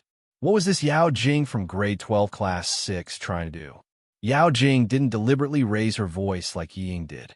Instead, she said in a low voice, "Who are you to fight with me for Yang Heng?" Suddenly, her body leaned towards Yi Qian. She seemed to be frightened and let out a scream. Her hands moved in the air and suddenly pushed Yi Qian. Yi Qian, Jing Jing. Chapter 1019. Yi Qian, Jing Jing. Following Yao Jing's sudden fall, there were screams from the rooftop. The teachers all rushed over, and Yang Heng, who was closest to them, flew over, trying to grab Yi Qian's ankle. Yao Jing knew how to use her ankle to hook onto the rebar, but how could Yi Qian not know? While she was flailing her arms, Yi Qian was fully prepared, waiting for her to make this move. You want to jump off the building? Sure, what's the point of wasting so much time? Why don't you let me give you a ride and let you have a good taste of what it feels like to jump off a building? Yao Jing, who had pushed him over, revealed a sinister smile and said softly, "Go to hell, Yi Qian." She pushed him with her waist, but Yi Qian didn't move. She pushed him again, but he still didn't move. At this moment, Yao Jing started to panic. Yao Jing, I'm not interested in jumping off the building. I think you should go down. His cold voice floated over and entered Yao Jing's ears. Her expression changed in an instant, and her eyes were filled with fear. It was fear that came from the bottom of her heart. Her pupils constricted, and she stared at Yi Qian in shock. She threw herself at Yi Jian. Yi Jian only needed to grab Yao Jing's arm subconsciously. Her 5 fingers pressed on the tendons and bones of Yao Jing's elbow, causing Yao Jing to feel so much pain that the strength of the steel bar on her instep suddenly dissipated. Yao Jing fell and let out a blood-curdling scream. Her body fell backward from the rooftop. As she fell, Yi Qian didn't allow himself to remain standing on the edge of the rooftop. He also fell down. Jing Jing, Jing Jing. Following Yao Jing's fall, the ones who screamed the loudest on the rooftop were her parents. Yao Jing's mother and father's cries pierced through the air. Yang Heng didn't manage to grab Yi Qian's ankle. Everything happened too quickly. Even if he rushed over immediately, he didn't manage to grab Yi Qian. Yi Qian, Teacher Tong and Headmaster Chow shouted Yi Qian at the same time. They were so flustered and confused that tears flowed out of Teacher Tong's eyes. She staggered a few steps and ran toward the horizon. The teachers all rushed over, and at the front was Deputy Director Yao and his wife. They rushed to the edge of the rooftop as fast as they had ever run in their lives. Their faces were full of shock as they looked down from the rooftop. Yao Jing fell, but Yi Qian did not. Don't let go, Yi Qian. Yang Heng did not know how Yi Qian managed to grab hold of the steel bar. He did not manage to grab hold of her ankle, but the moment she fell, her right hand suddenly grabbed hold of the steel bar. Yi Qian knew exactly how to fall and how to grab onto the rebar. Unlike Yao Jing, who was leaning backward, Yi Qian slid down. From the scene, it looked like Yao Jing had pushed Yi Qian and made her fall with both feet. Her right hand grabbed hold of the steel bar tightly. Her entire wrist crushed against the edge of the rooftop. It looked like her bones would break in the next second, and she fell with Yao Jing. Give me your left hand, quick. Yang Heng grabbed hold of Yi Qian's hands tightly. His handsome and fair face was flushed red because he used too much strength. He was about 1.76 meters tall and had long arms and legs. He could still grab hold of Yi Qian, but he could only grab hold of Yi Qian's hands. He did not have the strength to pull her up. Yi Qian, who was suspended in the air, did not make a sound. She was not afraid. She wanted to shout, but she couldn't. Hearing Yang Heng's words, Yi Qian, who could not see his expression, said, "I'm fine. I can hold on for a while." Chapter 10:20. Jing Jing, Jing Jing, my Jing Jing. The rooftop was a little high. Mother Yao stood on her tiptoes and couldn't see what was happening below. She cried and screamed. Then she collapsed on the ground and started bawling. Father Yao supported himself on the edge of the rooftop with both hands. He almost propped his fat body up. Seeing this, the deputy director's face was full of tears. "My daughter, my Jing Jing, you're trying to kill me. You're trying to kill me." Mother Yao was so sad that her lips were pale. She sat on the ground alone. There was only one teacher watching her. The other teachers had come to save Yi Qian. "Yang Heng, you have to watch him closely. Don't let go." Teacher Xiao, stand on the rooftop and pull Yi Qian up slowly. Teacher Liu, go to the 6th floor and see if you can support Yi Qian's legs. You female teachers, help Teacher Xiao and Yang Heng. Principal Qiao grabbed Yang Heng tightly and instructed him quickly and sternly. Thank goodness Yi Qian was fine. You have to hold on to Yi Qian. Don't panic. Do you understand? Teacher Tong stood on her tiptoes and cheered Yi Qian on. She didn't even wipe away her tears. Her mood fell from heaven to hell, and now from hell back to earth. That's great. That's really great. Why didn't she fall? Mother Yao, who was sitting on the side crying, suddenly roared. Her eyes swept around and saw a small white water pipe on the ground. She suddenly got up and rushed over to pick up the water pipe. Like a madman, she raised the water pipe and slammed it. My daughter fell. Why didn't she fall? Pay for my daughter's life. I want all of you to pay for my daughter's life. The pipe hit a few teachers' heads. Fortunately, it was made of plastic. If it was a metal pipe, the teachers would have been beaten until they bled. When the teachers saw this, they really risked being beaten to a pulp to stop Mother Yao. Throw away the water pipe. If you continue like this, don't talk about paying for it with your life. You'll go to jail. Mother Yao had completely lost her mind. She raised the water hose and waved it around. Her eyes were fiercely staring at Yang Heng. Her target was Yang Heng. It was this stinking brat. Instead of pulling Jing Jing, she pulled Yi Qian. Yi Qian did not fall, but her daughter did. After knocking away several teachers, Mother Yao raised the water pipe and hit Yang Heng's head. I'll kill you. Jing Jing likes you so much, but you don't appreciate it. Are you worthy of our family? Are you worthy of Jing Jing? Principal Qiao, who had been catching Yang Heng, was shocked. He blocked the water pipe with his body and shouted angrily, Catch her! Catch her! Madman, she was a madman. Mr. Xiao, who was standing on the rooftop and carefully preparing to pull Yi Qian up, was also hit in the calf by Mrs. Yao's hose.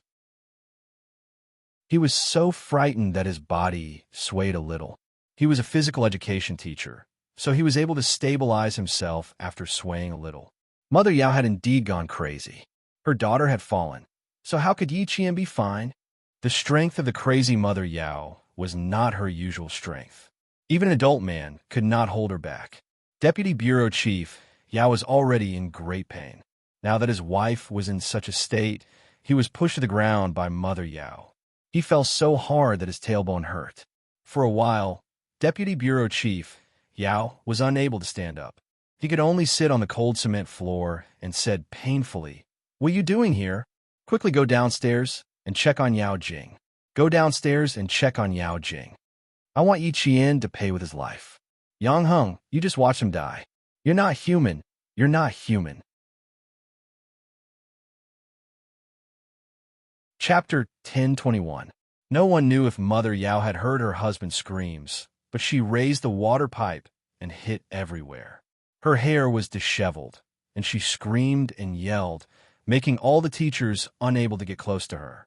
Seeing that she was still rushing towards them, Teacher Xiao couldn't stand on the rooftop anymore. He quickly jumped down and joined forces with another PE teacher to stop Mother Yao. The police on the first floor rushed up. They were fast enough to reach the rooftop in 3 minutes, but many things happened in 3 minutes.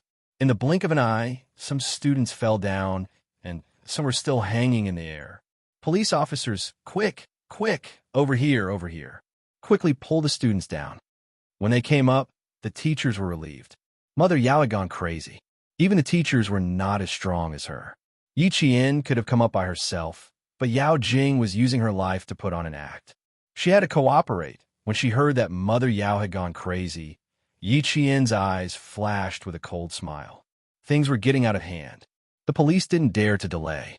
2 of them directly grabbed Mother Yao, who still wanted the students to pay with their lives, and grabbed the water pipe. They then pinned her hands behind her back. Their actions were fast and fierce. They didn't care whether she was an official or not. When they pressed her down, they didn't hold back at all and shouted, "Don't move. What are you doing? Do you know who I am? Get out of here, get out of here. Old Yao. Push Yi Qian down, push her down. I want her to pay with her life. Pay with your life for Jings. You talk big, asking others to pay with their lives. The bureaucracy of the southern province is really eye-opening." Someone walked over. His slender figure approached step by step. Every step he took had an unstoppable aura. When he opened his mouth, his biting, cold voice suppressed the air. He walked in front of the police who had snatched the water pipe and said coldly, "This is a murder weapon. Keep it for me." The police were trying to save Yi Qian. Below them, someone was dragging Yi Qian by her feet. Above them, a police officer tied a rope around his waist. He was ready to grab Yi Qian by her arms and pull her up. As he approached, several policemen on duty could not help but reach out to stop him. However, they were shocked by the other party's cold and ruthless gaze and could not help but withdraw their hands. He passed by Mother Yao and glanced at her with a heavy gaze. He didn't stop and walked to Yang Heng's side. "Xia." Principal Chow recognized the young man who had shocked everyone the moment he appeared. He was in no hurry to say anything and immediately said, "Yi Qian was pushed down by a student. The police are trying to rescue him." Xia Jinyuan didn't even need the police. With one hand on the roof, he jumped lightly from Yang Heng's side and stood on the roof. He bent down and grabbed Yi Qian's wrist with his slender hands. He turned his head and said to Yang Heng calmly, "Thank you. You can let go now." Yi Qian, who was pushed down by Yao Jing, was not stunned. He was also not stunned when Mother Yao yelled at him to pay with his life. However, now that he saw Xia Jinyuan in front of him, he looked at Xia Jinyuan, who was standing against the light. His handsome face and expression were unclear. He was stunned. Why is he here? Didn't they say that it would take half a month to a month? It's only been a few days. Why is he here now? I came just in time this time. I didn't know you were being bullied to this extent. Xia Jinyuan grabbed Yi Qian's arm with one hand. He didn't even need the police's help and easily pulled Yi Qian up. Chapter 1022. Yi Qian didn't hide anything from him. When they were the closest to each other, she whispered, "I wasn't bullied. I'm just going with the flow." "Is there a need to go with the flow?" Xia Jinyuan's voice was extremely cold. It was chilling to the bone. "Little fox, what if you really fall into the water?" Xia Jinyuan's voice was extremely cold. Yi Qian chuckled. "No, I won't let myself fall. The silver thread in my hand will help me. It won't let me fall so easily." Ever since Yao Jing had been staring at her with malice in her eyes, she knew that not only was Yao Jing forcing Yang Heng to apologize, she was also scheming against her.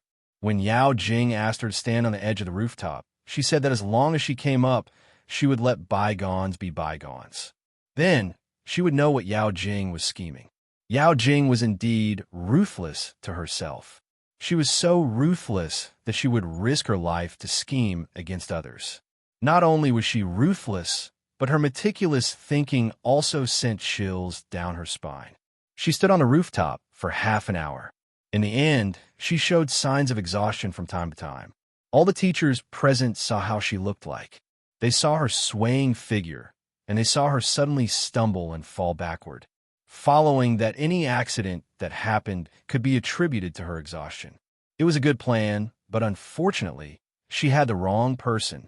Xia Jinyuan raised his eyebrows. When he jumped down from the edge of the rooftop with her in his arms, he smiled faintly. We'll solve this problem once and for all.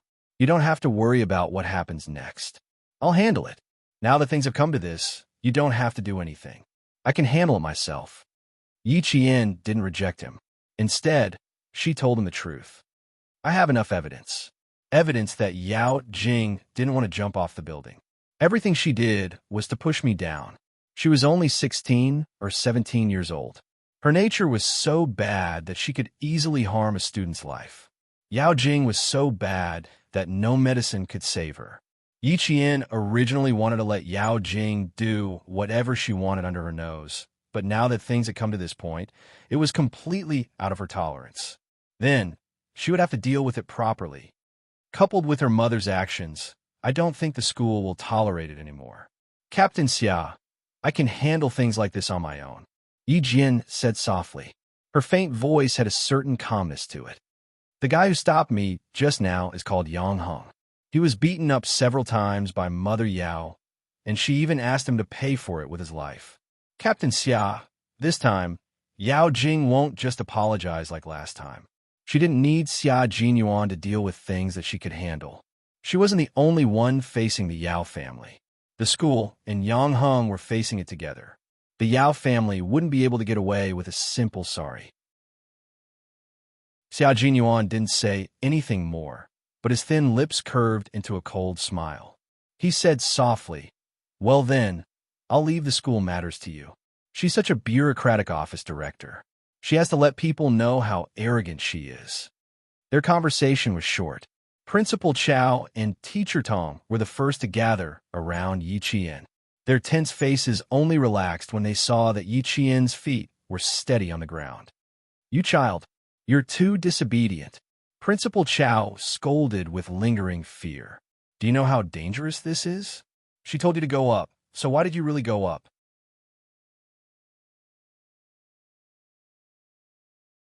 Chapter 10:23. Teacher Tong did not take another look at the man who saved Yi Qian. Her gaze was fixed on Yi Qian. She grabbed Yi Qian's right hand and pulled his uniform upwards. "Something's obviously wrong with Yao Jing, yet you're still going along with her. We have to save her, but we have to take care of our own lives too. All the teachers are here. We're all watching. Do you need to listen to what Yao Jing's mother said? Don't our teachers know that what she said is unreasonable? Look at your arm. It's bruised." His arm was pressed against the edge of the rooftop, so it was more or less injured. However, in Yi Qian's eyes, it was just a small matter. Yi Qian retracted his hand and seriously accepted the criticism of the principal and teachers. He said, "At that time, I just wanted to know what she wanted to do so that I could persuade her to come down. I didn't think too much about it. I didn't expect her to suddenly push me. At that time, I was panicking. When she pushed me, I don't even know how I fell. Fortunately, I grabbed the steel bar." She spoke softly, and her serious expression made Teacher Tong's eyes sting again. Yao Jing wanted to jump off the building, but her parents forced Yi Qian to pay for it with his life. Yi Qian clearly went up to save Yao Jing, but not only did they not feel grateful, they even thought that since their daughter fell, Yi Qian should also fall. How could this be? How could they be so cruel? "Principal, as a teacher, I want to seek justice for my student. I want to ask Yao Jing's parents. I want to ask them properly. What right do they have to say such shameless things?" Xia Jinyuan shielded Yi Qian behind him. His deep black eyes were cold as he said, "I hope the school can seek justice for Yi Qian. This matter will not end just because another student jumped down. As the principal, I won't let this matter go just like that." Principal Chao's face was ashen. He said, "I'll go down and check on Yao Jing's situation first. I took a look just now. It seemed that she fell on the rescue mat." The voice of the policeman downstairs came through the walkie-talkie. The policeman on duty on the rooftop replied into the walkie-talkie. "The students above have been rescued. What about the students below? How's the situation?" "There's no problem. He's conscious. He's just scared." After the policeman downstairs said that, all the teachers on the rooftop heaved a sigh of relief. When Mother Yao heard that her daughter was fine, her originally crazy eyes lit up. Her voice was loud and urgent as she said, "My daughter is fine. My daughter is fine. Isn't she? Are you all right? She's conscious. The doctor is checking if she's injured." When the student's mother asked, the police officer answered truthfully, "Parents, you can go down and take a look. The patient is now on a stretcher." Mother Yao rushed out and went straight to the first floor. Deputy Director Yao, who hadn't stood up for a long time because of his broken tailbone, endured the pain and got up. He shyly ran down the stairs with his big belly. The form teacher Class 6 had already sprained her ankle. When she heard that Yao Jing was fine, she couldn't take it anymore. She collapsed onto the concrete floor and pressed one hand on her chest. She closed her eyes and gasped for breath. "It's good that you're fine. It's good that you're fine. Finally, everything is fine." To the form teacher, it was good that his student was fine. To Principal Chow, this matter was fine. However, there was something else. "Excuse me, does she need to be sent to the hospital?" Principal Chow asked politely. His expression was gloomy. The policeman immediately asked. After a while, an answer came from the walkie-talkie. "We need to send her to the hospital for a detailed examination. But from the outside, everything seems normal." Chapter 1024. She had to be sent to the hospital for a checkup, but from the outside, everything seemed normal. Xia Jinyuan, who had a cold expression, heard this, and his deep black eyes became sharp. He said to Yi Qian, "When I came up, the life cushion was half full. If she had fallen a minute earlier, the life cushion wouldn't have been able to save her. She wanted to push me down, but in the end, she fell down herself. Even if she didn't fall to her death, I'm sure she was scared to death." Yi Qian moved his right hand. This hand had been through a lot this year. His old injury had just healed, and now there were new injuries. Xia Jinyuan reached out and grabbed her wrist. Teacher Tong, who had finally recovered from her shock, was about to ask Yi Qian a few questions when she looked up and saw the man who had saved Yi Qian earlier. He had a cold aura about him that made people unable to look at him directly. He was holding her favorite student's hand. From her perspective, she could clearly see the strange gentleness on a man's face. What was his relationship with Yi Qian? When she saved Yi Qian, she heard him call out Yi Qian. She could tell that they knew each other. Knew each other? What kind of knowing each other? The way he looked at Yi Qian was unusual. The more she looked at him, the more she felt that they were a couple. As this thought flashed through her mind, Teacher Tong's breathing became heavy. Yi Qian was only in high school. This man was obviously not a student. The inexperienced Yi Qian was in a relationship with a man who had graduated from high school. "Don't tell me I've been cheated." Teacher Tong, who was on high alert, walked up to Yi Qian. She didn't ask more about Yao Jing's situation.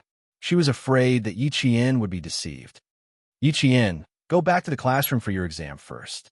Although her words were directed at Yi Qian, her eyes were fixed on the strange man who could make the girls' hearts race just by looking at his face. Teacher Tong smiled and said, "Thank you for just now. Yi Qian needs to go back to the classroom for his exam. Do you want to let go first?" In the teacher's eyes, a handsome man who pulled her student was not a good person. On the other hand, Major Xia was too handsome. Even though his expression was cold and his aura was extremely low, in Teacher Tong's eyes, he was just a bad guy who was coaxing his favorite student. "Hello, Teacher Tong." Xia Jinyuan could tell that Yi Qian's homeroom teacher was wary of him. He smiled and said, "I know Yi Qian. We were comrades in the same army." She couldn't possibly say that she knew Yi Qian and that they were boyfriend and girlfriend, right? It was more appropriate to say that she was his comrade. Yi Qian did not panic at all when he took the initiative to introduce himself. She believed that Xia Jinyuan would not lose his composure in front of her teacher. After he finished speaking, Yi Qian smiled and said, "Teacher Tong, I've known him for a few years. We knew each other in the army. Ever since Regiment Commander Liu and Political Commissar Yin came to the school, Teacher Tong knew that Yi Qian grew up in the army." When she heard this, the wariness in her heart disappeared. No wonder he could rescue you so quickly. You even scared the people in the army. So he was a soldier. No wonder he could rescue Yi Qian with his bare hands. They must have a good relationship in the army. Looking at their actions, they must have a good relationship. They must have a good relationship with comrades. Boyfriend and girlfriend.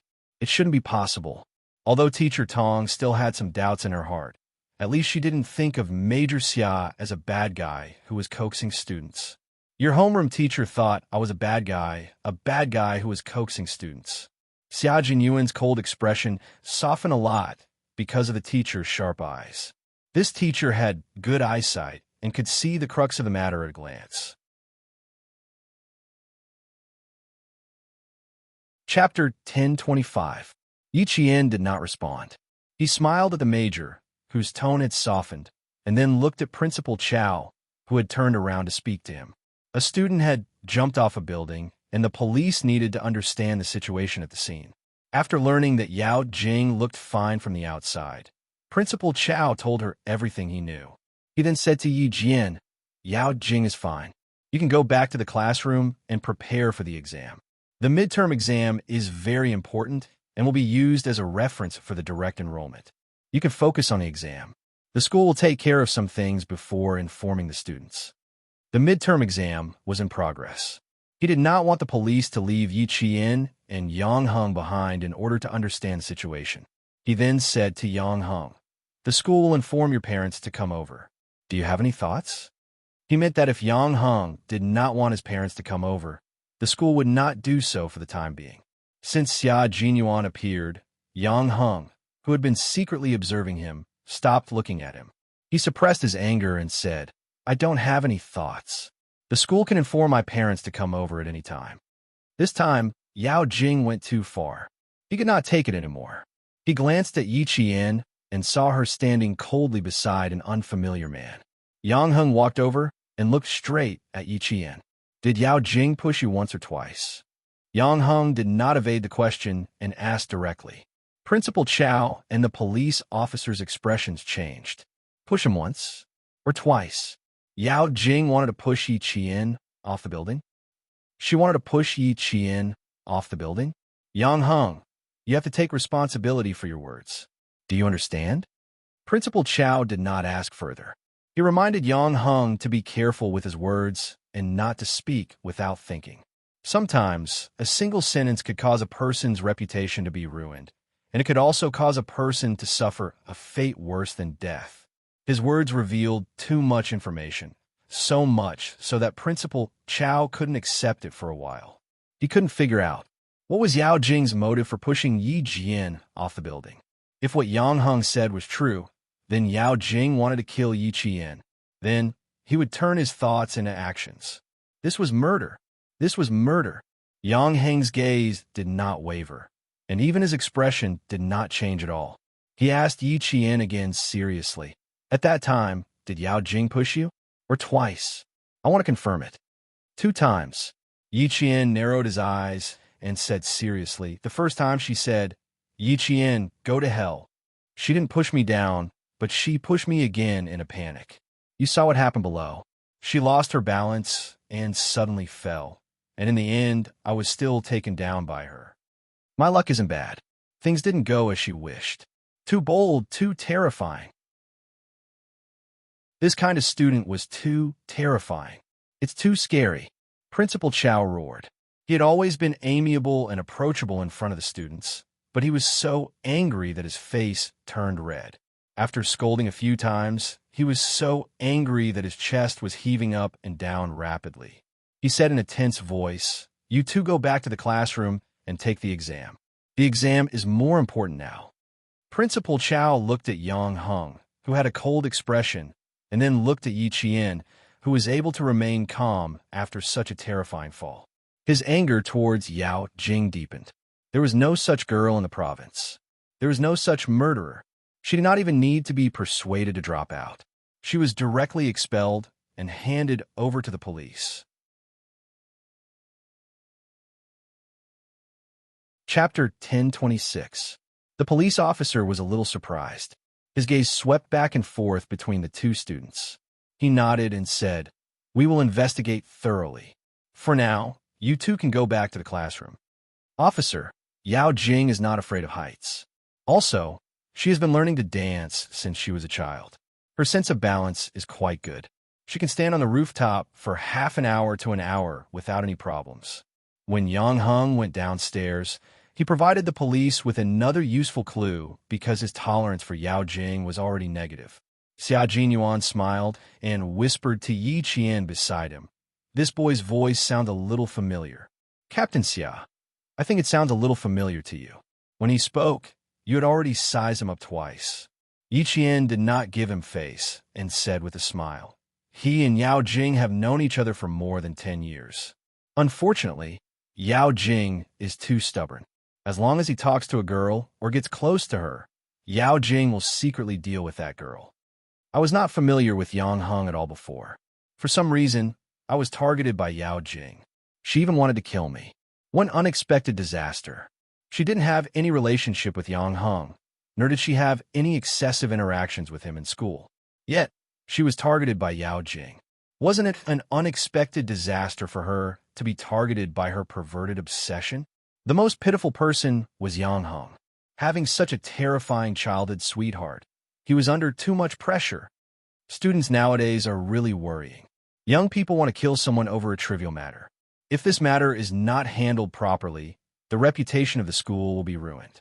While the police were questioning Yang Hung, Xia Jinyuan asked Yi Qian to stay by his side and whispered, "Little fox, you have a good chance of winning this time." The provincial first high school is a century-old school. It is the poster of the southern province's education industry. Principal Chow is an upright person and will not suppress this matter. That girl who wants to kill you will harm herself in the end. For people with evil intentions, life is like a prison to her. Yao Jing has evil intentions. She will reap the consequences of her own actions. Yi Qian looked at the time. It was already 15 minutes past the second exam in the morning. I'll go back for the exam first. Take a walk around the school. I'll come and find you in the afternoon. Major Xia was not in a good mood when he rushed over and encountered such a situation. He knew who Yao Jing was, and he also knew Yao Jing's parents. They were Deputy Director Yao's family, who had insulted Little Fox and thought the matter was over with just an apology. Today's matter was not as easy to resolve as the previous time. He didn't encounter the last time, but this time he encountered it. He listened to her and didn't interfere with the school matters, but he wasn't sure about the matters outside. Go take the exam first. I'm afraid you and that boy will have to go out of school in the afternoon. Don't worry about it. After he finished speaking, he pinched Yi Jian's cheek affectionately with his slender fingers and bent over. The smile on his handsome face was as gentle as water as he said, "Take your exams well. I'll be leaving first." There was nothing for him to do here. After speaking to Yi Qian, he turned to the boy who had been secretly observing him. "Yang Hung, thank you for your hard work." He knew Yi Qian in the army and acted intimately with Yi Qian. Was it really just because they knew each other? Was it because they were comrades? Yi Qian did not join the army. How could it be because they were comrades? Yang Hung thought to himself. His expression did not change as he said seriously, "It's my duty." On his birthday, Wang Jin said he saw a man coming out of Yi Qian's room. Was it him? It might be possible. Chapter 10:27. Yi Qian didn't like physical contact with others, but this wasn't the first time this man had interacted with her. Yi Qian didn't resist at all. Obviously, the two of them had interacted with each other regularly, and Yi Qian was already used to it. Sitting back in the exam room, Yang Hung thought for a few minutes before picking up his pen and starting to do the questions. He didn't expect to get a high score in math this time. The last few questions were blank, so he could only score in the next few subjects. Yi Qian had already picked up his pen and started on English. She had missed the first few listening questions, so she couldn't hide her abilities like she did in the monthly exams. At 12:10 p.m., the English exam was over, and Jiasin rushed to Yi Qian like a gust of wind. Why did I hear that? Yao Jing jumped off a building? Although the students were allowed to stay in the classroom after the math exam, there were always students in the class who needed to go to the bathroom. Coupled with Yao Jing's mother's cries, the students more or less heard the commotion. Faced with Jiasin's inquiry, Yi Qian put away his stationery and asked her, "How was the exam? Did you do all the math exams?" Before the school made a statement, Yi Qian wouldn't casually talk about Yao Jing's incident. "This math exam was okay. At least I didn't have the bad feeling of losing a layer of skin after the exam." And Jiasin didn't ask further. She brought up the 2 exams and answered proudly, "Passing is no problem." To her, as long as she passed the exams, that was enough. At noon, the news of Yao Jing jumping off a building spread to all the classes. As for who exactly jumped off the building, it wasn't clear. But after the exams in the afternoon, all the second-year classes knew that the girl who jumped off the building was Yao Jing from second-year class 6. As a witness, Wang Dandan immediately went to the hospital after the exams. She didn't dare to stay in school. She was scared. This matter had blown up quite a lot. It was so huge that it was beyond what she could bear. All the second-year classes knew about it, and soon, so did the third-year class. The last to know was the first-year class. Just as Xia Jinyuan said, the reputation of the century-old school was indeed affected by the suicide of a student. Yang Heng's family was not the only one who knew Deputy Director Yao's family. There were other parents who worked in government offices. No, it's just a quarrel between children. Mai Jingjing was unhappy and couldn't hold back her tears during the exam. She was afraid that it would affect her classmates, so she left the classroom. Jump off a building? Impossible. There was no such thing. You must have heard wrongly. Mai Jingjing has always been cheerful. How could she do such a bigoted thing? Yes. She went to the rooftop to cry. How could there be rumors of her jumping off a building? Haha, no, we are fine. Thank you for your concern. Goodbye. Less than an hour after the exam ended, Deputy Director Yao's phone began to ring. Mother Yao immediately switched it off. She didn't want to receive such a call at all. No, it's just a quarrel between children. Mai Jingjing was unhappy and couldn't hold back her tears during the exam. She was afraid that it would affect her classmates, so she left the classroom. What kind of people were they? You don't ask about good things, but ask about things like this. Come, open your mouth. Mother Yao cut the peeled apple into small pieces and stuck a toothpick into the pieces for Yao Jing, who was lying on the hospital bed. Eat the apple and have a good rest. Deputy Director Yao's phone rang again, and Mother Yao lost her temper. Old Yao, Jingjing wants to rest. Can you switch off your phone? Don't disturb her rest. Okay? Do you think I don't want her to rest? His daughter had escaped death, and he was still overjoyed. His friends who knew him were calling him one after another.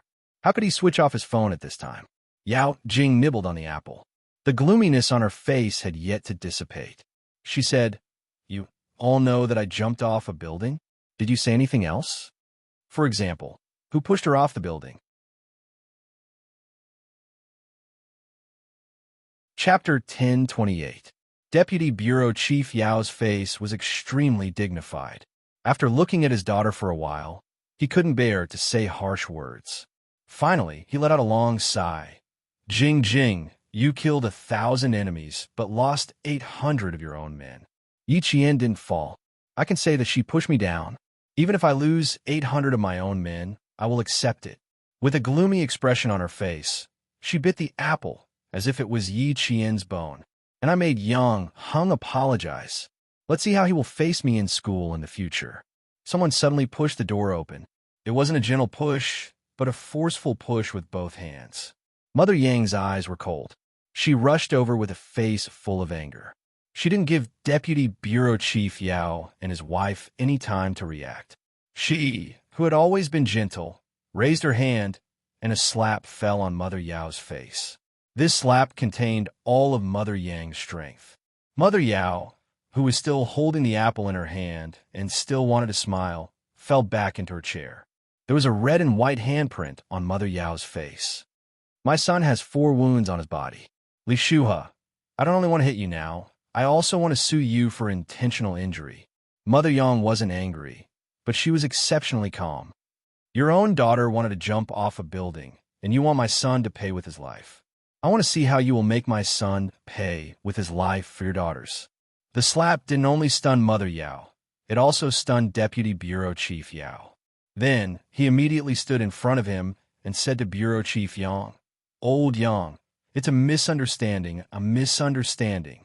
It's all a misunderstanding. Then he said to Mother Yang, sister-in-law, you misunderstood, really misunderstood. Father Yao and Mother Yao were stunned.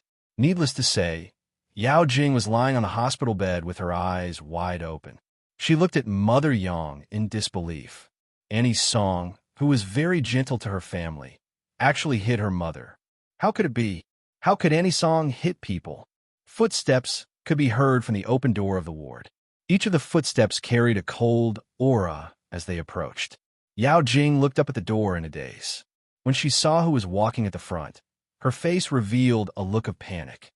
Uncle Yao, I was hit by Annie Lee. Is this a misunderstanding?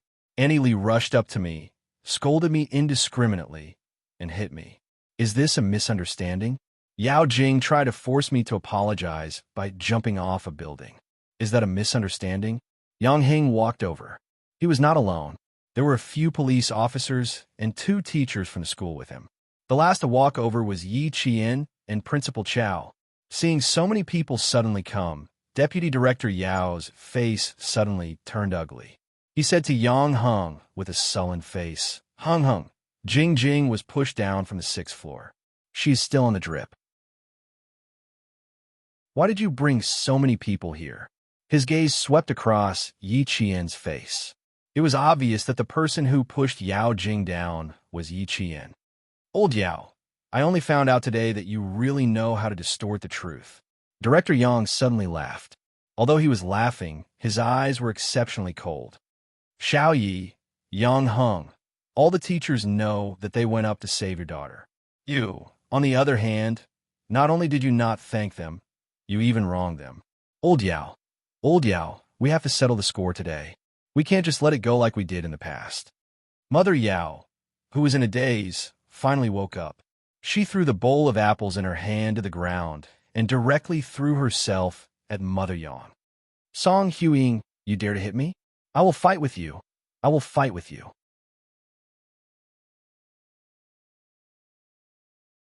Chapter 1029. Mother Yao, who had always been proud and arrogant, had never been slapped in public before. Mother Yang's slap was equivalent to slapping her face, so how could she endure it? Ashamed and angry, she rushed over and reached out to scratch Mother Yang's face. Yao Jing wanted to pretend to be weak, but seeing her mother suffer, she didn't care about the drip in her hand. She jumped out of bed and cried, Don't, Mom. Don't. How could she fight with Annie Song? Children quarreled with other children and reconciled, but once adults fought with each other, it would become a grudge. She had finally forced Yang Heng to apologize and make him promise not to ignore her in the future. She had done so many things to break the deadlock, so how could she accept the 2 families falling out and becoming a grudge? Yang Heng, quickly catch Annie Song. My mother is still angry because of me. Can you quickly pull Annie Song away? If there's anything, wait until I'm discharged and we can discuss it. She couldn't quarrel. She absolutely couldn't quarrel. Even if she wanted to quarrel, she couldn't quarrel in front of so many people. Also, the police's arrival was a bit strange. There was also a problem with the school. If they really wanted to visit her, why didn't she see her class teacher and classmates? Why did they ask Yi Qian to come? How many teachers did they come together? No, the situation wasn't right. Their expressions weren't right. All of a sudden, Yao Jing panicked. Her brain spun quickly, and her grip on Mother Yao's arm tightened around her mother's waist as she wailed, Mom, I'm in pain. I'm in pain. Don't be angry, okay? I'm in pain. I'm in pain. Something was wrong. Something was wrong. They definitely didn't want to visit her. They all came empty-handed. So how could they come to visit her? The whole ward was in chaos. After slapping Yang Heng's face, Mother Yang stood in the same place. Even if Mother Yao rushed over, she was still calm. She coldly looked at Mother Yao, who still had the face to make a scene. She pulled Yang Heng's wrist and pulled up his sleeve, revealing a rather ferocious whip wound. This is the injury on my son's arm. It's the lightest injury among all the other injuries. Li Shuha, I only gave you 1 slap. Wasn't it too light? Mother Yang said calmly. Her usually gentle face became stern because of her son's injury. This wound caused Yao Jing to panic even more. Her heartbeat became uncontrollably erratic. Well, what was going on?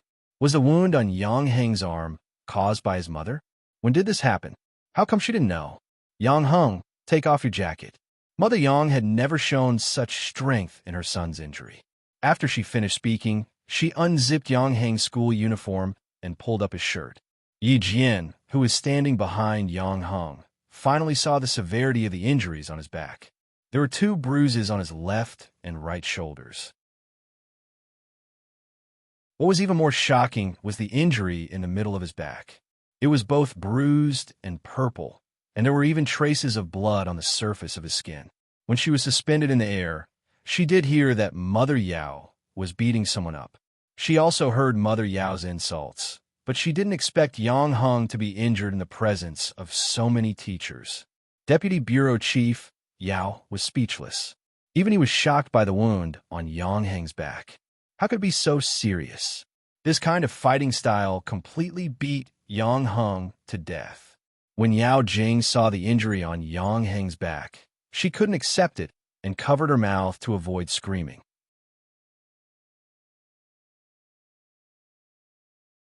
Chapter 10:30. Mother Yao, who was worried about her daughter, also saw the scene. Her face stiffened and her eyes flickered. Why was it so hard? Did she hit him so hard? She didn't seem to have hit him that hard. She only remembered hitting him a few times. How'd he end up like this? Wasn't this boy a little too delicate? Li Shuhe, if it weren't for the fact that our families have known each other for so many years, I wouldn't have just slapped you. Mother Yang, who had the temperament of a scholar, didn't lose her composure even after hitting Mother Yao. She was so angry that she saw Mother Yao's eyes flicker. Mother Yang turned around and said to the police officer, "Officer, I would like to apply for an injury evaluation. This matter will go through legal procedures." What were officials most afraid of? Officials were most afraid of getting involved in a lawsuit. Mother Yao, who was still unwilling to give up, immediately said, "Huing, I'm sorry. I'm really sorry. I really didn't think of anything at that time. I was anxious and angry, so I lost my mind and did something inappropriate. I apologize to Heng. This matter is my fault. I shouldn't have done that." She immediately looked at Yang Heng and said guiltily, Heng, you also saw it at that time. Jing was standing on the rooftop and could fall at any time. Annie was so worried that I only wanted to pull Jing up faster. Later, when Jing was pushed down, Annie was stunned. At that time, I really didn't think of anything. I only thought of Jing. Can you forgive Annie this time? Annie didn't hit you on purpose. I don't know if I hit you at that time. Even your Uncle Yao was hit by Annie. Good child, forgive Annie this time. Annie really didn't hit you on purpose. Yang Heng didn't take the injuries on his body to heart. Mother Yao's apology was dispensable to him and wasn't important. On the contrary, her words Jing was pushed down by someone made Yang Heng's eyes turn cold. Auntie, let's not talk about you hitting me for now. I want to ask, why did you say that Jing was pushed down? Who pushed her down? Who else could it be? Who else could it be other than Yi Qian? Mother Yao couldn't wait to change the topic. She didn't want the old neighbor to say that she hit her son. She pointed at Yi Qian and shouted, Yi Qian, you're so cruel. How can you be so vicious at such a young age? Are you worthy of the troops that nurtured you? Are you worthy of your mother? Too ruthless. In order to climb up the social ladder, he even killed people. How can a person like you stay in school? Principal Chow, I strongly request that the province expel her. Principal Chow's face was ashen. After hearing Mother Yao's words, he sneered. You're right. He's so vicious at such a young age. We can't keep such a student in our school. We can't let a piece of rat poop spoil the whole pot of soup. That's right. The province no. One high school is a century-old school. Today's matter has never happened before. For the sake of the century-old school's reputation, let's settle this matter today. Director Yang said with a serious face and said to Deputy Director Yao, Old Yao, we have to rush back to school now. We have to figure out who is the one who is pushing the other down. Director Yang's words carried enough weight to make the Yao family's expressions change. Uncle Yang, I'm now. Yao Jing's face was slightly pale. She suppressed the panic in her heart and tried to appear delicate. I might need to stay in the hospital for observation. Director Yang smiled and said, It's okay. We've just consulted the doctor. You could be discharged. There's no need for observation.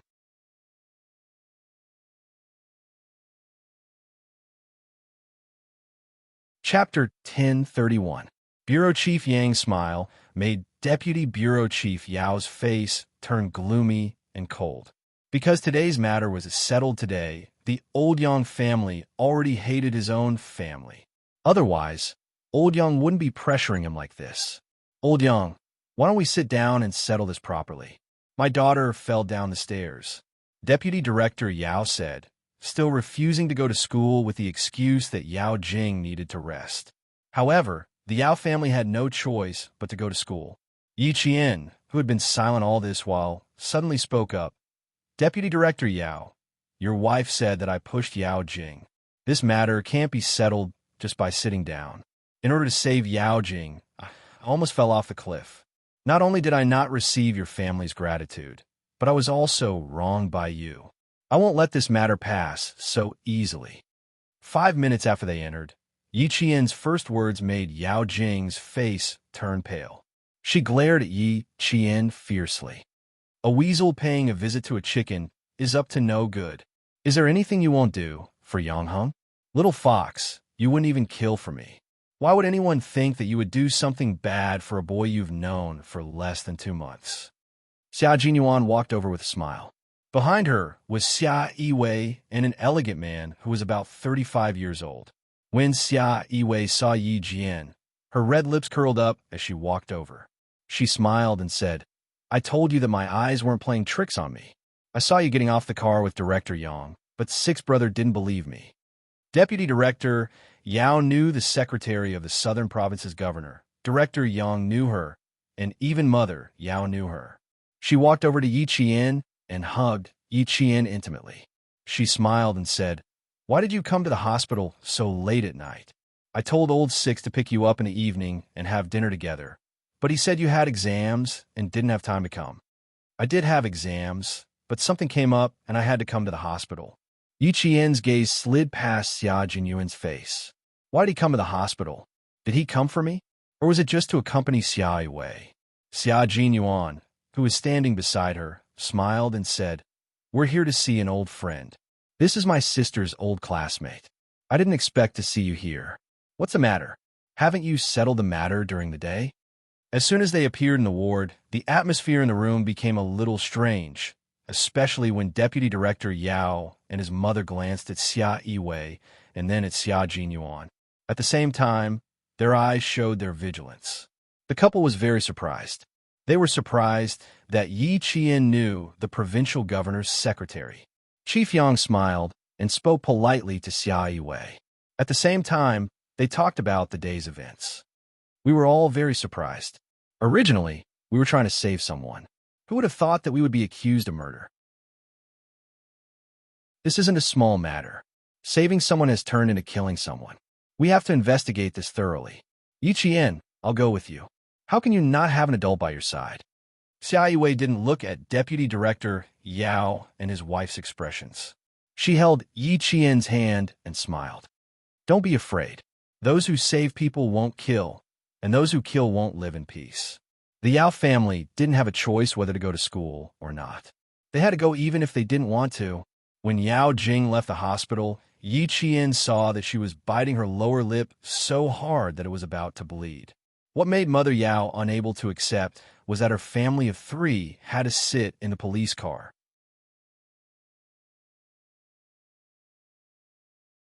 Chapter 1032.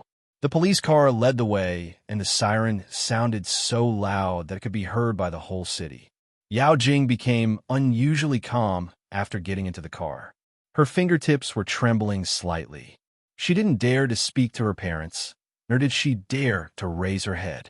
This was because sitting opposite her was a police officer with a serious face without a trace of a smile. Where did that Yi Qian come from? How did he even know the provincial secretary, Xia Yiwei? I'm so angry. That arrogant look just now made me want to slap her twice. In the ward, Mother Yao didn't say a word. Although she was an office director, She was far inferior to Xia Yiwei. Every time she saw Xia Yiwei, she didn't have the right to speak up. Even her husband, Deputy Bureau Chief Yao, didn't speak up. With Xia Yiwei around, Mother Yao didn't dare to speak up. Now that they were in the police car, Mother Yao dared to speak up in front of a police officer. Don't say so much. It's obvious that Secretary Xia is here to support Yi Qian. The more he said, the more mistakes he would make. In front of the police, Deputy Bureau Chief Yao was more cautious than his wife. He was really afraid that if he said something, the police officer sitting opposite them would take note of it and pass it on to Xia Yiwei. He didn't know Yi Qian's background, but he was sure of one thing. She had a good relationship with Secretary Xia. Mother Yao's heart was pent up. After being slapped by Mother Yang, she had no choice but to swallow her anger and spit it out. It wasn't easy for her to teach Yi Jian a lesson and vent the resentment in her heart. Who knew that Secretary Xia would come over and make her continue to hold her anger and not say anything more? Now that they were in the car, she still couldn't speak.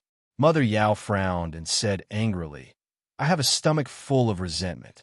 If you don't let me speak, I'll get sick from holding it in." As she spoke, she grabbed her daughter's hand and suddenly exclaimed, "Jing Jing, what's wrong with you? Why is your hand so cold?" It was ice cold, as if she was holding a block of ice. Even her palm didn't have a trace of warmth. Deputy Bureau Chief Yao also quickly held his daughter's hand. His brows furrowed. "Is it cold? Do you want to wear more clothes?" It wasn't her body that was cold, but her heart. Raising her eyes, Yao Jing's lips trembled as she asked her father softly, "Dad, I want to know, is the Secretary Xia you're talking about very powerful? More powerful than you?" She asked very softly, afraid that the police officer sitting opposite her would hear her. "Secretary Xia, the people around the governor can't be said to be more powerful than our parents. They can only be said to be closer to the center of power. Father only met the governor a few times at the end of the year, but she appeared by the governor's side every day. The officials she met were all extraordinary." Deputy Director Yao would not hide some things from his daughter.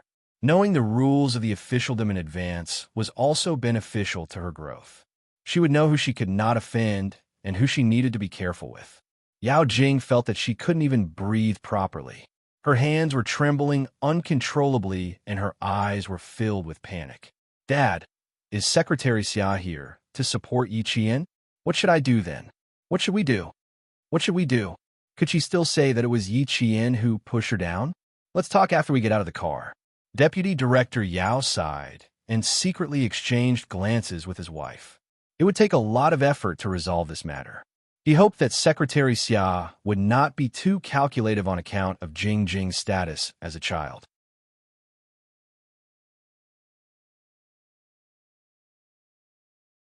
Chapter 1033. That's right. That's what Deputy Bureau Chief Yao thought. He thought that Yao Jing was still a child, and that adults should be tolerant of her mistakes. That's what he thought, but he didn't understand that Yao Jing had repeatedly challenged other people's bottom line. He also didn't know that in other people's eyes, Yao Jing wasn't even a child. A 17-year-old child, is there? A 17-year-old teenager. Yao Jing was scared. She was really scared now, especially when she heard her parents say that Xia Yiwei wasn't someone her family could afford to offend. Her heart sank. She didn't want to go to school at all. She wanted to jump out of the car and run away. Facing the sharp gaze of the police, Yao Jing didn't have the courage to run away all the way to school. At night, the lights of the provincial first high school were still bright. Exams were held during the day, and self-study classes were still held at night. The campus lights cast shadows on the branches of the trees, flickering between light and dark. Even the silhouettes of the people were blurry. Yi Qian walked side by side with Xia Yiwei, and Xia Jinyuan walked on the right. The three of them walked side by side, leaving Bureau Chief Yang and the rest half a step behind. They walked on the right side of Xia Yiwei. Bureau Chief Yang was quite familiar with Xia Yiwei. He could still smile and talk while walking, unlike Deputy Bureau Chief Yao, who couldn't find a chance to speak. However, he wasn't in the mood to talk to Xia Yiwei. After he got out of the car, he kept reminding Yao Jing, "No matter what they say later, you just have to remember to apologize." If they ask you why you went to the rooftop, just say that you quarreled with Yang Hung and felt upset and wanted to get some fresh air. You must not say that you wanted to jump off the building. Also, don't say that Yi Qian pushed you down. Yao Jing's mother was so angry that she clenched her teeth. She's really our daughter's nemesis. Yang Hung is really too much. He's always protecting Yi Qian, but he doesn't know how much he's protecting Jing Jing. Yang Hung must have been possessed by a demon. Maybe we're wrong. Yi Qian and Yang Hung are not in the relationship we imagined. A handsome man's face flashed across Deputy Director Yao's mind. He looked back thoughtfully and saw a tall and straight figure standing beside Yi Jian from the beginning to the end, guarding her like an unshakable mountain. When he appeared, no one was in his eyes. He only saw Yi Qian.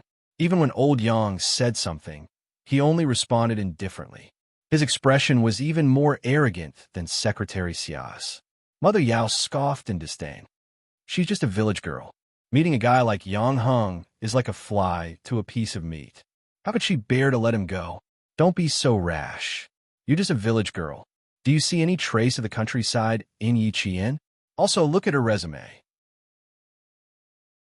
Which part of her is worse than Jing Jing's? Everything is better than Jing Jing.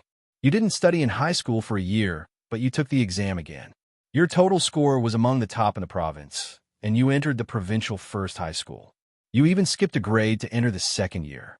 She was still in town in middle school, but she was able to represent the country in Australia and win a gold medal. What about Jing Jing? What does Jing Jing have? Is she better than Yi Qian in school? Can she represent the country in international competitions? Can she speak fluent English?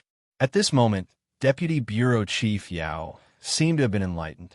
He was suddenly clear-headed, looking at Xia Yiwei and then looking at Major Xia standing beside Yi Qian. Deputy Bureau Chief Yao recognized the truth before his wife did. The truth was that his daughter was not as good as Yi Qian.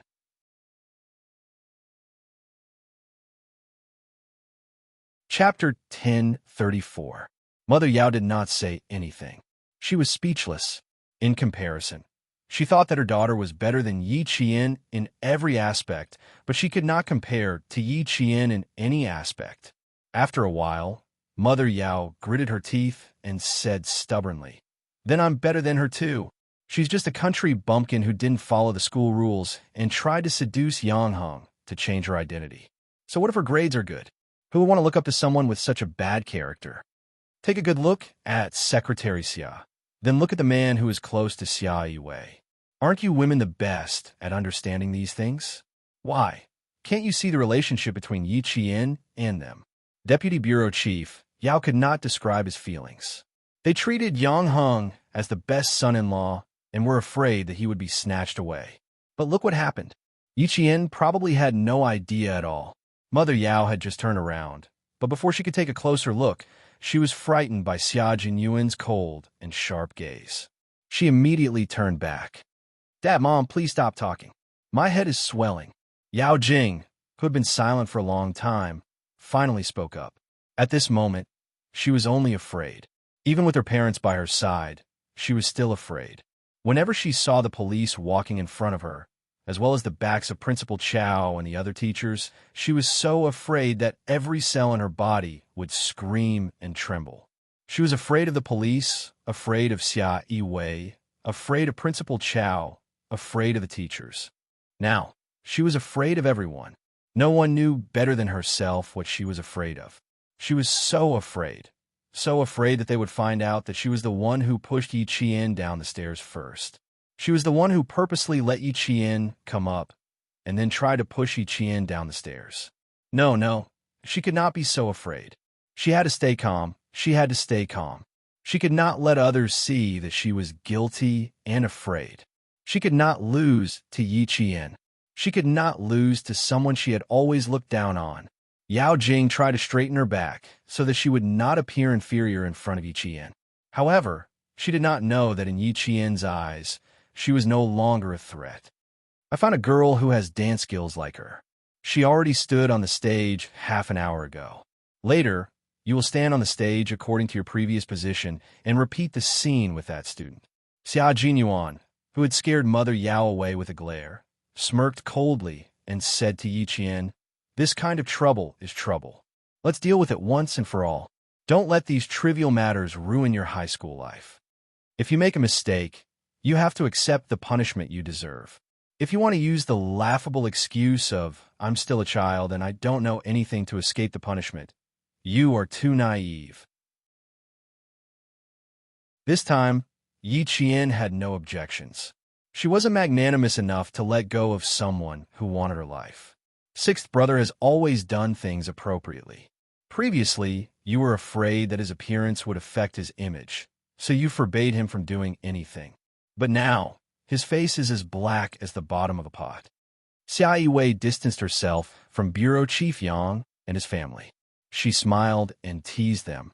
He really wanted to do something for you to show off, but you didn't give him a chance and made him feel uncomfortable. He didn't have a moment of peace at my place. Sometimes he would get up and walk around. Sometimes he would pick up the phone and put it down. Sometimes he would watch TV and then turn it off. He made so much noise that my head hurt the whole afternoon.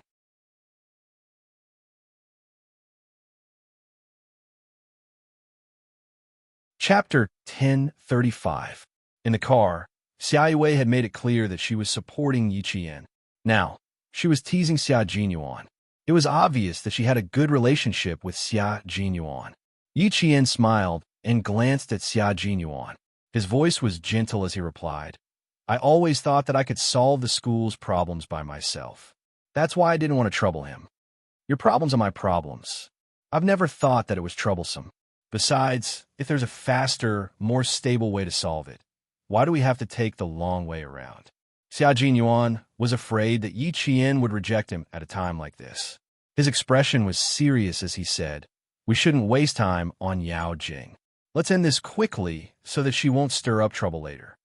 She tried to jump off a building during an exam for personal reasons, forced another student to apologize to her, and even try to push you off the building. The province's century-old school will not allow a student like her to continue studying here. Little fox, we have to know how to take advantage of the situation and not give her any room to retaliate. Yi Qian couldn't help but chuckle when he said all this in one breath without any pause. How afraid was he that he would reject him? He said it all in one breath. Wasn't he afraid of stifling himself? "I know. That's why I went to the hospital. Principal Chow told me about your arrangement and agreed with it. If I really objected to it and didn't allow you to help me, I would have rejected him when he asked." Xia Jinyuan coughed awkwardly when his thoughts were exposed. "Your principal. I clearly told him not to tell you first in case you didn't agree, but he actually sold me out. For the sake of the school's reputation and to prevent this kind of bad atmosphere from spreading, Principal Chow would definitely not tolerate it." Principal Chow, who was the first to enter the school building, turned around to look at Yao Jing, then at Yi Qian. His hands on the staircase railings tightened. He glanced at Yao Jing coldly before he went upstairs. The wind was strong upstairs, and it felt a little cold to the neck. Usually, the rooftop was dark, but tonight it was brightly lit, illuminating the entire rooftop as if it was daytime. When Yao Jing came up, she saw that the teachers who had appeared on the rooftop during the day were all there. When she saw a girl with a similar figure as her standing at the edge of the rooftop where she had stood during the day, her heart skipped a beat. The panic that she had tried so hard to suppress intensified. What was the school trying to do? "Yao Jing, come and see if this girl is standing where you were during the day." The serious-looking police officer opened his mouth and pointed to the rooftop. His sharp eyes looked at the student who was trying to hide behind his parents and said in a deep voice, "You have to look carefully." Deputy Director Yao and his wife didn't understand the situation in front of them at all. Although they didn't understand, their intuition told them that the following situation was definitely not good for their daughter. The child was frightened. How could he remember clearly? "It's almost done. It's almost done," Mother Yao said impatiently as she hugged Yao Jing tightly. This place had left her with bad memories, and she still had lingering fears when she stood on the rooftop. Xia Yiwei opened her mouth and said lightly, "Child? Was Director Li carrying a child? How old was the child? 3 years old? 6 years old? I don't think so." She should be at least 15 years old. 15 years old is still a child? Director Lee, if I remember correctly, the United Nations World Health Organization classifies children above the age of 13 as adolescents. Director Lee, you're not carrying a child. You're carrying a teenager.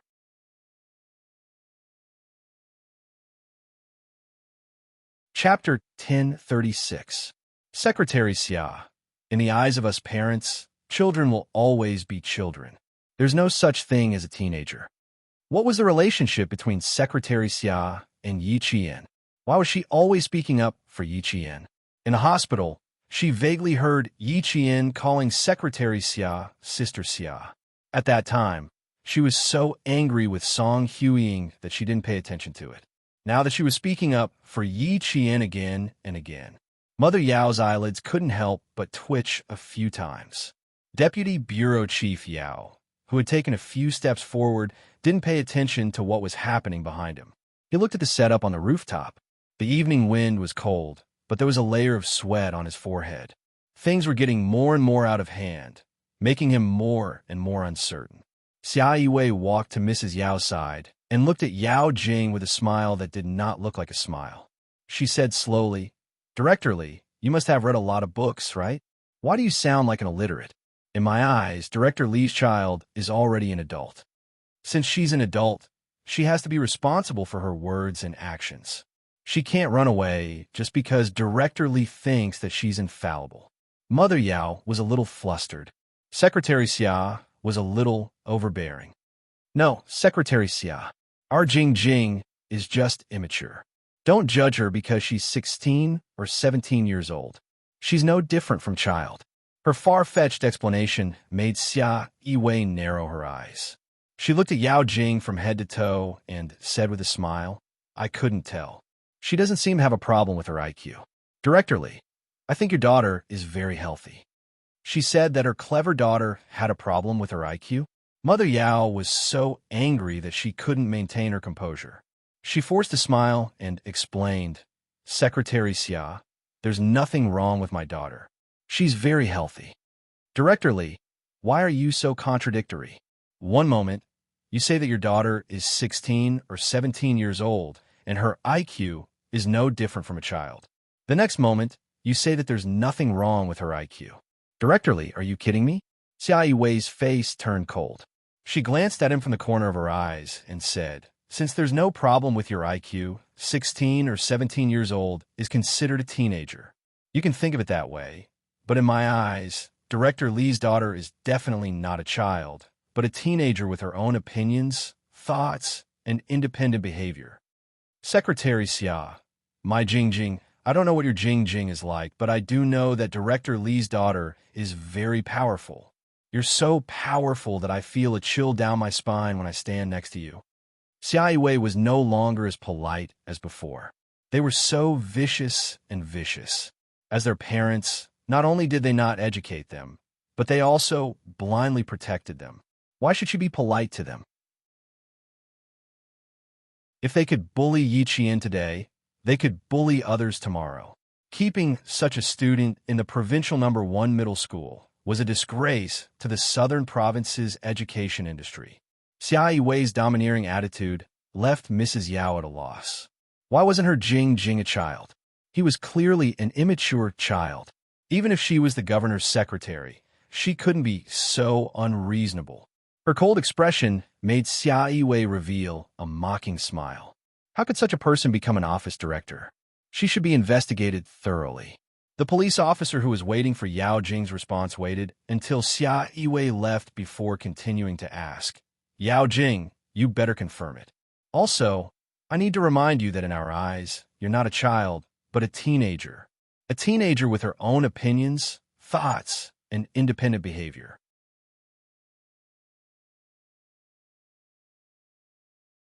Chapter 1037. The policeman's words made Mother Yao's liver ache. "You better watch your attitude. How dare you threaten my daughter? I won't let you off." "Director Lee, this is just a routine matter. Please cooperate." "Thank you." Her threat did not affect the policeman in charge of this matter. They had encountered this kind of situation too many times. He asked Yao Jing again, You better go over and confirm it with your father. Director Yang, who came up a step later, deliberately stopped. He waited for the policeman to finish speaking before he said to his wife, Old Yao's family really kicked an iron plate this time. With Xia Yui's support, Yi Qian won't be wrong today. With Secretary Xiao's protection, I can't acknowledge Yi Qian as my goddaughter. Mother Yang sighed softly. Her gaze fell on Yi Qian, and she smiled. That's fine. You don't have to worry about her being bullied by the Yao family. Yang Heng heard this and laughed softly. Mom, even if Yi Qian is alone, no one can bully her. Also, I'm relieved that you don't acknowledge Yi Qian as your goddaughter. I don't feel any pressure now. How could an older brother not feel pressure when he had a powerful younger sister? With a powerful friend, he would not feel any pressure. He would only feel honored. Director Yang laughed and scolded. Brat, I know you're unhappy. Hurry up and take a look. The Yao family won't be able to get away easily. Our family doesn't hit people when they're down. If there's one, there's one. If there's two, there's two. We won't exaggerate or say anything. Old Yao and his wife had beaten his son to death. He was already being magnanimous by saying what he wanted to say. Director Yang glanced at the old neighbor who was talking to Principal Chow and said, Old Yao won't cry until he sees the coffin. Tonight, I'll let him know how much of a failure he has in educating Jing. He won't think that he failed in his education. He will only say that his child is still young and doesn't know anything. Mother Yang coldly replied and followed her son's footsteps to the edge of the rooftop. Just as Mother Yang said, Deputy Bureau Chief Yao, who had a premonition that something was wrong, explained to Principal Chow, my Jingjing is still a child. She doesn't know anything, so we can't scare her like this. Principal Chow said coldly, if I ask Yi Qian to beat up Yao Jing now, will Deputy Director Yao still think that the child is immature? If that's the case, that's fine too. Yi Qian has been wronged by you and is very angry. Why don't you let her beat up Yao Jing to vent her anger? She's just a child anyway and doesn't know any better. Deputy Bureau Chief Yao was speechless for a long time. He had always thought that his daughter was a child, but he had never thought that Yi Qian, who was just like his daughter, was also a child. What do you think? If you agree, I'll call Yi Qian over now. Seeing this, Principal Chow's eyes became colder. He really did call Yi Qian over. Yi Qian, come over here. Deputy Bureau Chief Yao immediately stopped him. Don't. Principal Chow, my Jingjing is immature, but Yi Qian is mature. How can you let her beat up Yao Jing for no reason? That's not right, Deputy Bureau Chief Yao. In my eyes, Yi Qian is child, and Yao Jing is mature. Principal Chow seriously repeated. In my eyes, Yi Qian is a child. Deputy Bureau Chief Yao pulled a long face and said, Yi Qian is mature.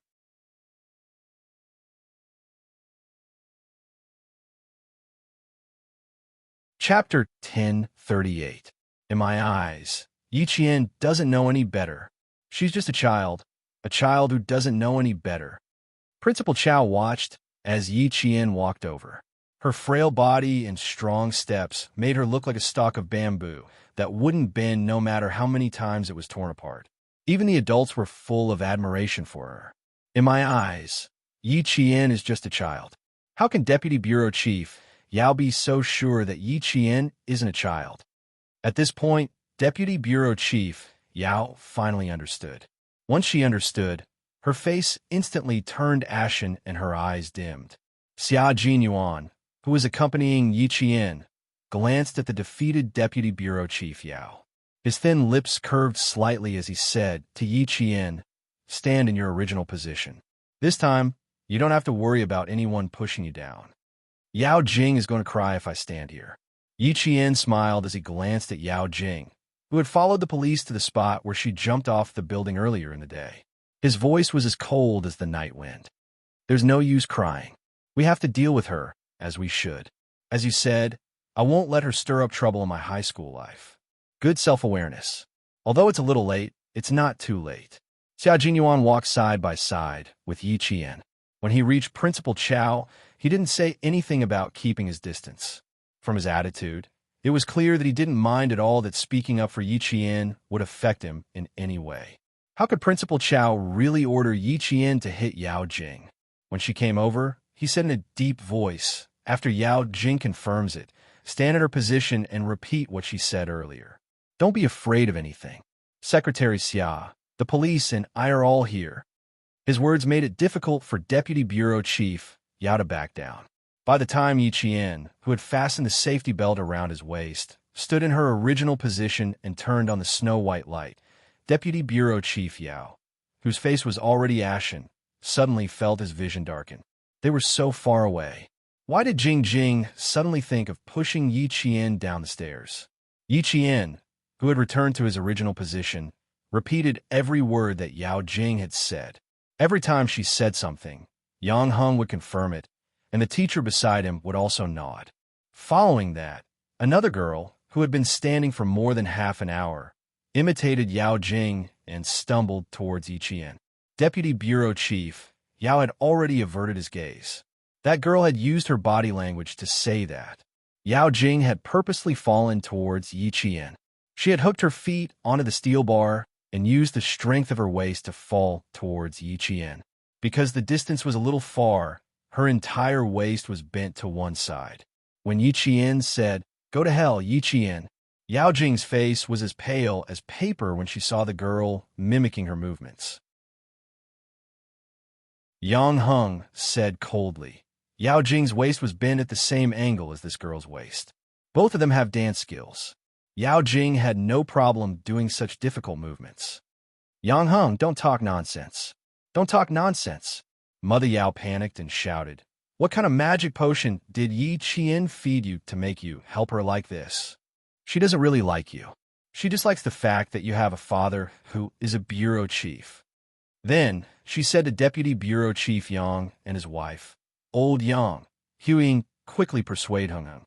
What he said will kill Jing Jing. It will kill Jing Jing." Before she harmed others, did she ever think that what she did would also kill others? Mother Yang's anger rose again, and she reprimanded, "My son is not biased towards anyone. Yi Qian also doesn't like my family. Don't even think about stuffing that rotten daughter of yours into my family."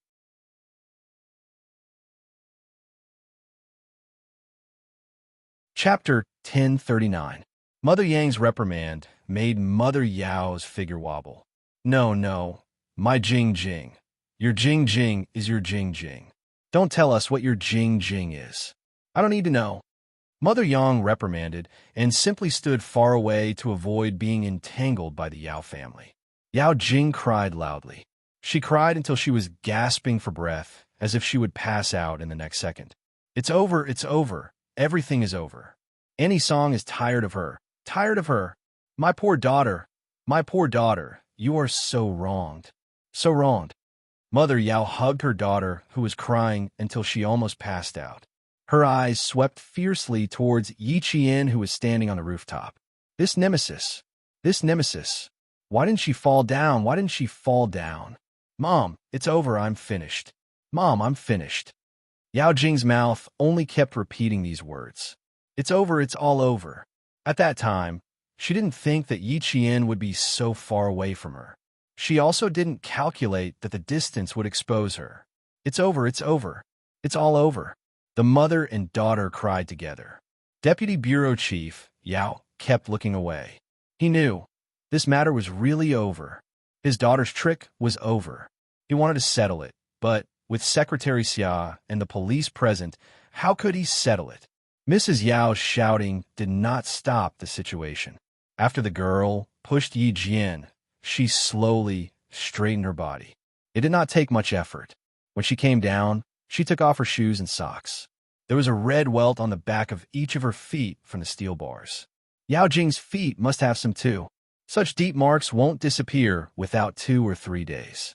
Reenacting the thrilling scene of the day, Yang Heng only looked at Yao Jing coldly. "Yao Jing, if we wronged you, you could take off your shoes and socks and let the police see." "Yao Jing, take off your shoes and socks. We need to take photos for evidence."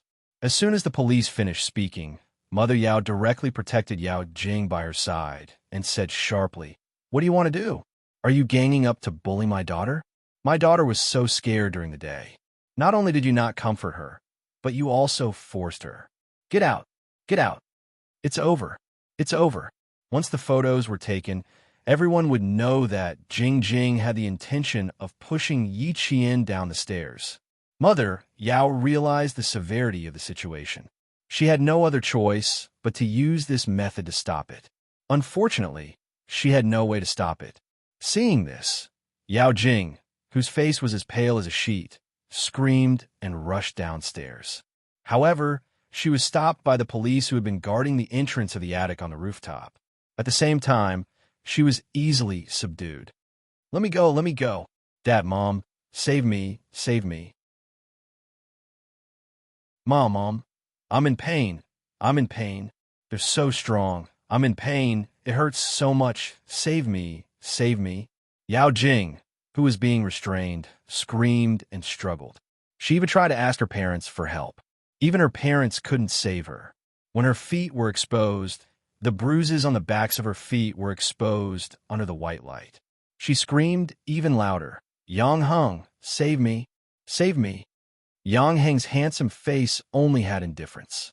Yao Jing's actions had pushed his bottom line to the limit time and time again. Looking at Yao Jing now, he only felt calm. He even thought to himself, the day I've been waiting for has finally come. Taking photos, collecting evidence, recording, and investigating. That night, all the things that had been left behind during the day were settled. Yao Jing's screams didn't stop at all from the school to the police car parked outside the school gate. Mother Yao fainted immediately. It's over, Jing Jing is over.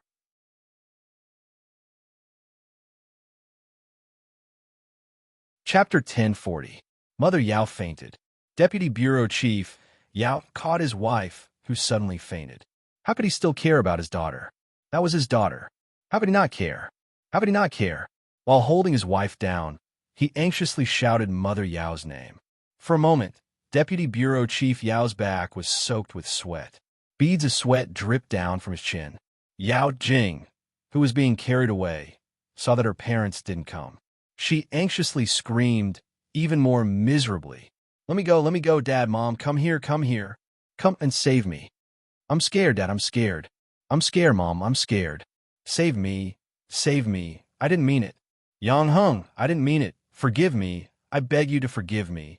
Not seeing her parents was like losing her backbone. She struggled to kick her feet high, unwilling to be carried to the police car. She screamed for Deputy Bureau Chief Yao to save her.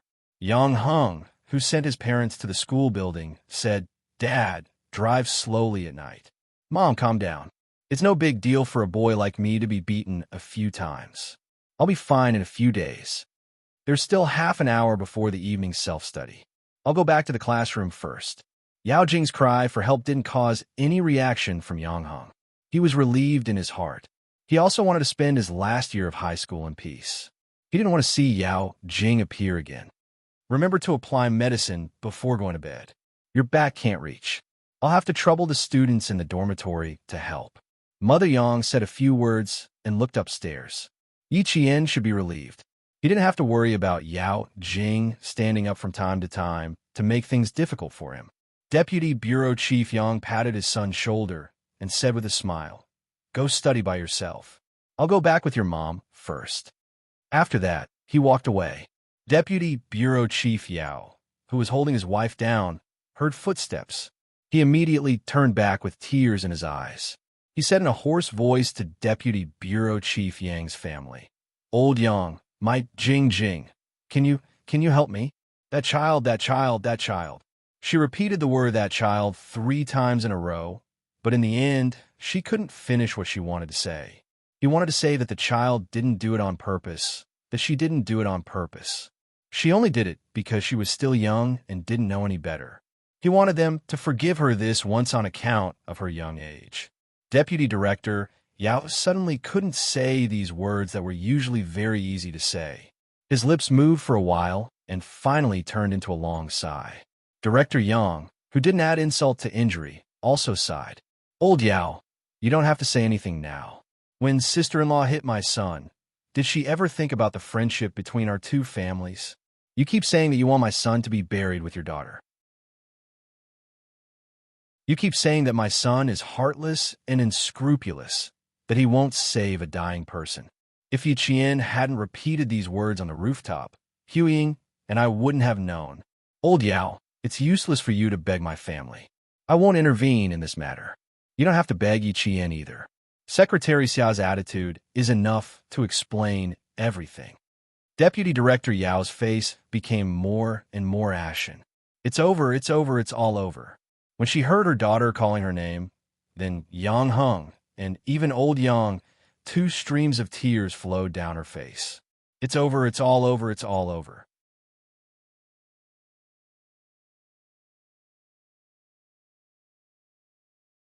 Chapter 1041.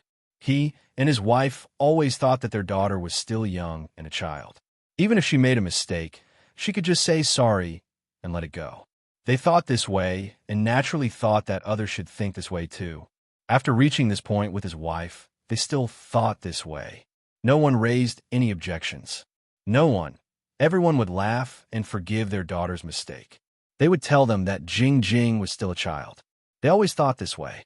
Until today, he and his wife still thought this way. In the end, they thought that their daughter was still a child. But not everyone thought this way. Secretary Xia didn't think this way. Principal Chao didn't think this way. The school teachers didn't think this way. Those who didn't need to listen to him didn't think that Jing Jing was still a child. Deputy Bureau Chief Yao, who only understood now, regretted it. It was too late to understand now. It was all too late. Mrs. Yao opened her eyes and stared blankly for a few seconds before grabbing her husband's arm tightly. Her voice was hoarse as she yelled, "Quick, quick! Don't let them take our daughter away. Stop them! Stop them!" As soon as she spoke, Bureau Chief Yang and his wife's faces turned cold. Mother Yang didn't want to stay for a second and walked straight over. A loving mother leads to a wastrel. Yao Jing was spoiled by the adults. "Old Yang, why are you still standing there? Our son is back in the classroom. We should go home too. Staying here would only make her feel worse." Yao Jing, who was about to leave the school building and walk towards the school gate, did not see her parents. Frightened out of her wits, she turned to Yi Jian for help. "Yi Jian, I'm sorry. I'm sorry. Please forgive me. I didn't do it on purpose. I know I was wrong. Please forgive me, just this once." Only Yao Jing's screams could be heard in the quiet school. She was panicking, confused, scared. Begging her parents was useless. Begging Yang Heng was useless. Yao Jing begged Yi Qian. She needed to be forgiven. Just like last time, she scolded Yi Qian's mother. After being forgiven, everything would be fine. I was wrong, I was wrong. I don't want to be taken away by the police. I don't want to go to the juvenile detention center. I don't want to be locked up like a criminal. Yi Qian, I beg you. I beg you to forgive me just this once for the sake of our classmates. Mother Yao, who still hadn't come to her senses, stood up. Hearing her daughter's heart-wrenching scream, she staggered and wanted to chase after her again, but was stopped by Deputy Bureau Chief Yao. "Don't chase after her. It's useless." "How is it useless? Let go of me. Let go." At this time, Mother Yao was just a mother who was willing to risk everything for her child. But she had to stop mentioning Yang Heng and Yi Qian. Jing Jing was wrongly accused by them. The police didn't even investigate. They only heard their side of the story and claimed that Jing Jing wanted to kill Yi Qian. Song Hueying must be blind to not see what that little bitch Yi Qian wants. You even helped Yi Qian deal with my Jing Jing. There was nothing to sympathize with. There is no need to sympathize with someone who always thought that it was someone else's fault. Deputy Bureau Chief Yao, I suggest that you take Director Li to the psychiatrist tomorrow. She still hasn't come to her senses. She's completely immersed in her own fantasies. I'm afraid there's something wrong with her mental state. Xia Yiwei, who came down a little later, stood behind them and said coldly, "Yi Qian is part of our family, Xia. If I hear Director Li bad-mouthing her again, don't blame me for being rude."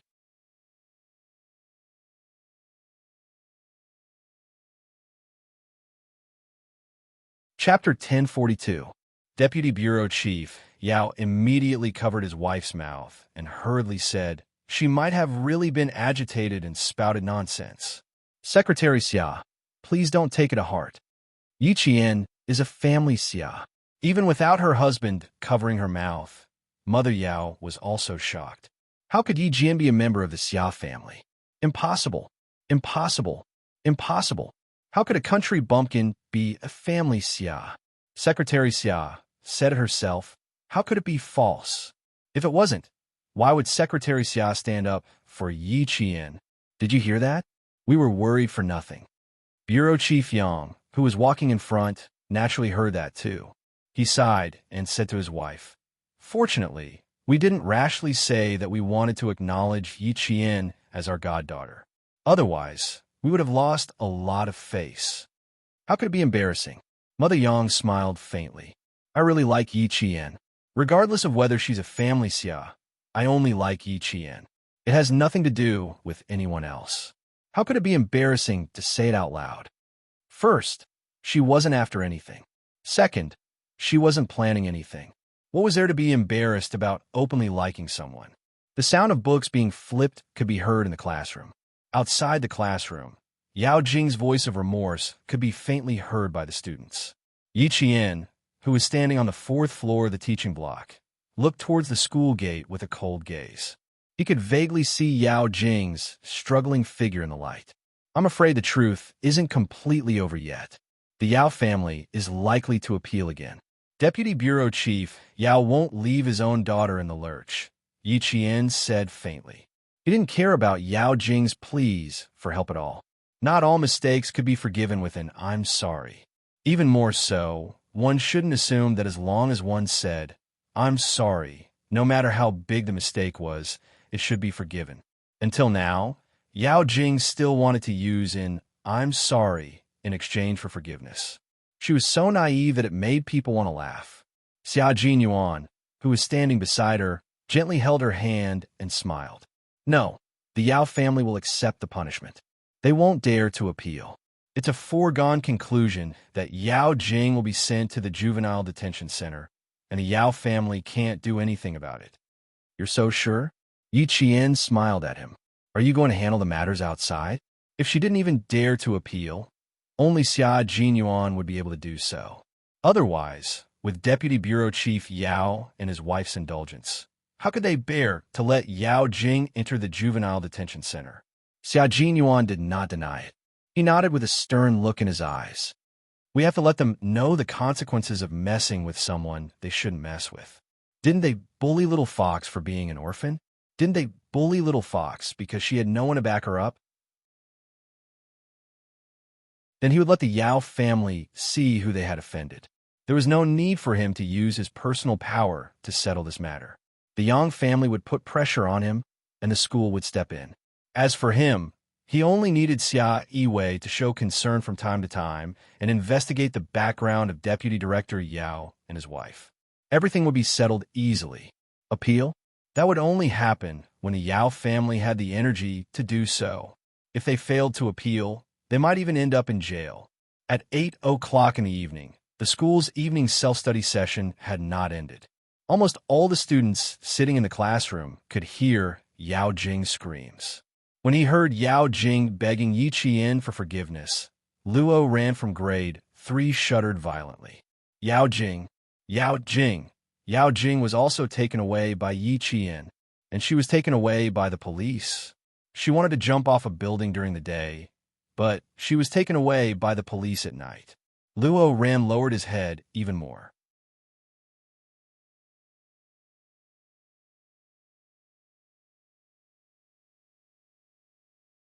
Chapter 1043. Luo Ran had always thought that as long as his family was rich, there was nothing they couldn't settle. However, what he had experienced that night had taught him a lesson. In the southern province, there were many people who were richer than his family. There were even more rich and powerful people. He had provoked someone who was richer and more powerful than his family. If they wanted his life, they could do it in a matter of minutes. The boss of the Southern Province Road was Master Ho-san. Even the Luo family was nothing in front of him. There were people whispering in the classroom. One could vaguely hear the name Yao Jing coming out of their mouth from time to time. Even the students with good grades were whispering about Yao Jing. They were all trying to guess what had happened to her. One moment, she was screaming for help. The next moment, they were talking about the police, and now they were talking about Yi Qian. Luo Ren secretly watched from the corner of his eyes. He didn't participate in the discussion until the end of the evening self-study session. He didn't dare to get involved. As long as it was related to Yi Qian, he had to stay far away from it.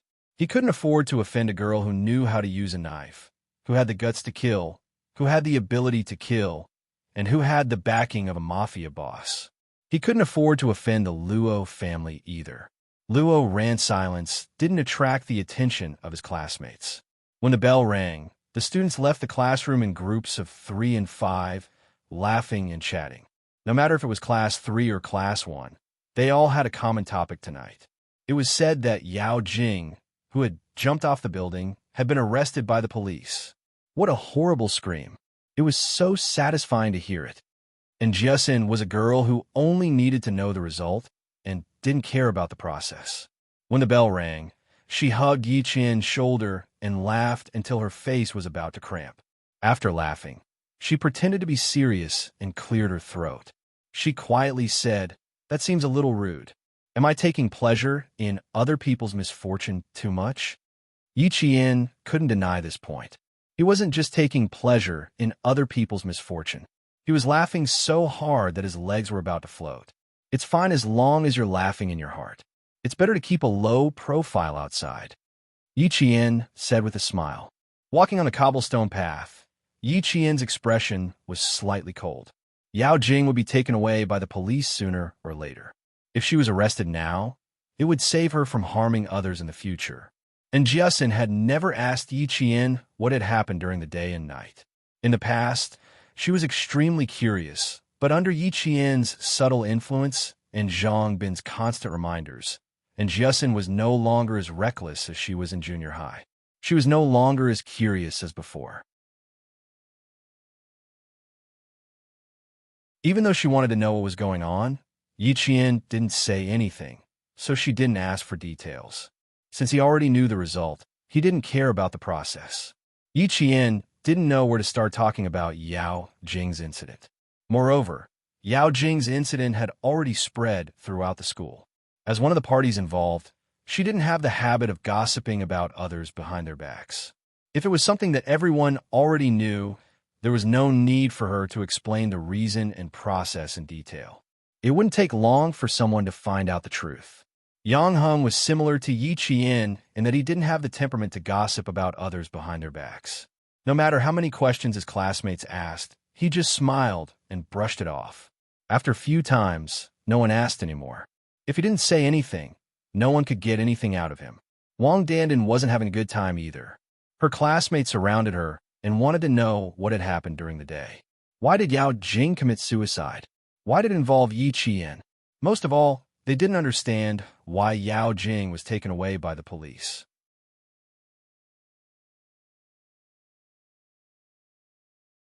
Chapter 1044. There were so many questions that Wang Dandan didn't know what to do. In the end, the class teacher, who had sprained her ankle, came forward to save her. Class XS class teacher received instructions from school leaders and called Wang Dandan out from the crowd. I know that you, Le Mei, and Yao Jing have a good relationship, and you're the clearest about what happened to Yao Jing today.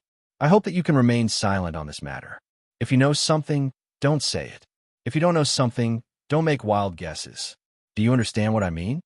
The school didn't intend to hide anything, but they couldn't just stand by and watch the situation develop. They had to control what they could. They couldn't let the students' parents doubt the school's management and teaching quality. How could they let Yao Jing ruin the reputation of a century-old school? Wang Dandan, who hadn't recovered from her shock for the entire day, bit her lip and nodded. I know. Don't worry. I've been classmates with Yao Jing all the way from junior high to senior high. I won't speak ill of her in front of my classmates, nor will I stand up for her. Yao Jing wanted to push Yi Qian down the stairs, but in the end, she fell down herself. When Yang Heng found her and told her about it, she couldn't help but believe it. That was the truth. She didn't want to believe it, but she had no choice. Even as a good friend, she couldn't help but be afraid of Yao Jing. For Yang Heng, for a guess without any evidence, she was willing to kill her classmate. That was too scary. Wang Dandan told her class teacher honestly. She also told her class teacher that her relationship with Yao Jing was just an ordinary one, where she wouldn't defend her or intentionally slander her. As the child of a business family, she had always been clear about the trade-offs between relationships. Wang Dandan could be said to be Yao Jing's best friend. To this day, even her best friend was frightened by Yao Jing's vicious heart and didn't dare to continue their friendship. If Wang Dandan dared to take someone's life over such a small matter, then if there were greater benefits in the future, she would have to pay for it with the lives of her entire family. The wind at night was much colder than during the day. It was late autumn in the southern province in November, and the wind at night brought with it the chill of early winter. The street lights in the campus faintly illuminated the campus. The students, who were usually the most enthusiastic about walking around Swan Lake, also chose the nearest way back to the dormitory. They talked softly until the lights in several dormitory buildings lit up one by one. As the sun rose and set, Yao Jing's matter was soon drowned out by the midterm exam the next day. No matter how curious she was about other people's affairs, she couldn't miss the exam because of this. There were 3 days of exams in the third year of high school. The first and second year students, who only had 2 days of exams, were off on the second day. Yiqian carried a paper bag and walked to the school gate after finishing his exams in the afternoon. She had once said that when he returned, he would personally retrieve the military uniform from her hands, and then they would look at the 10,000 maple leaves together.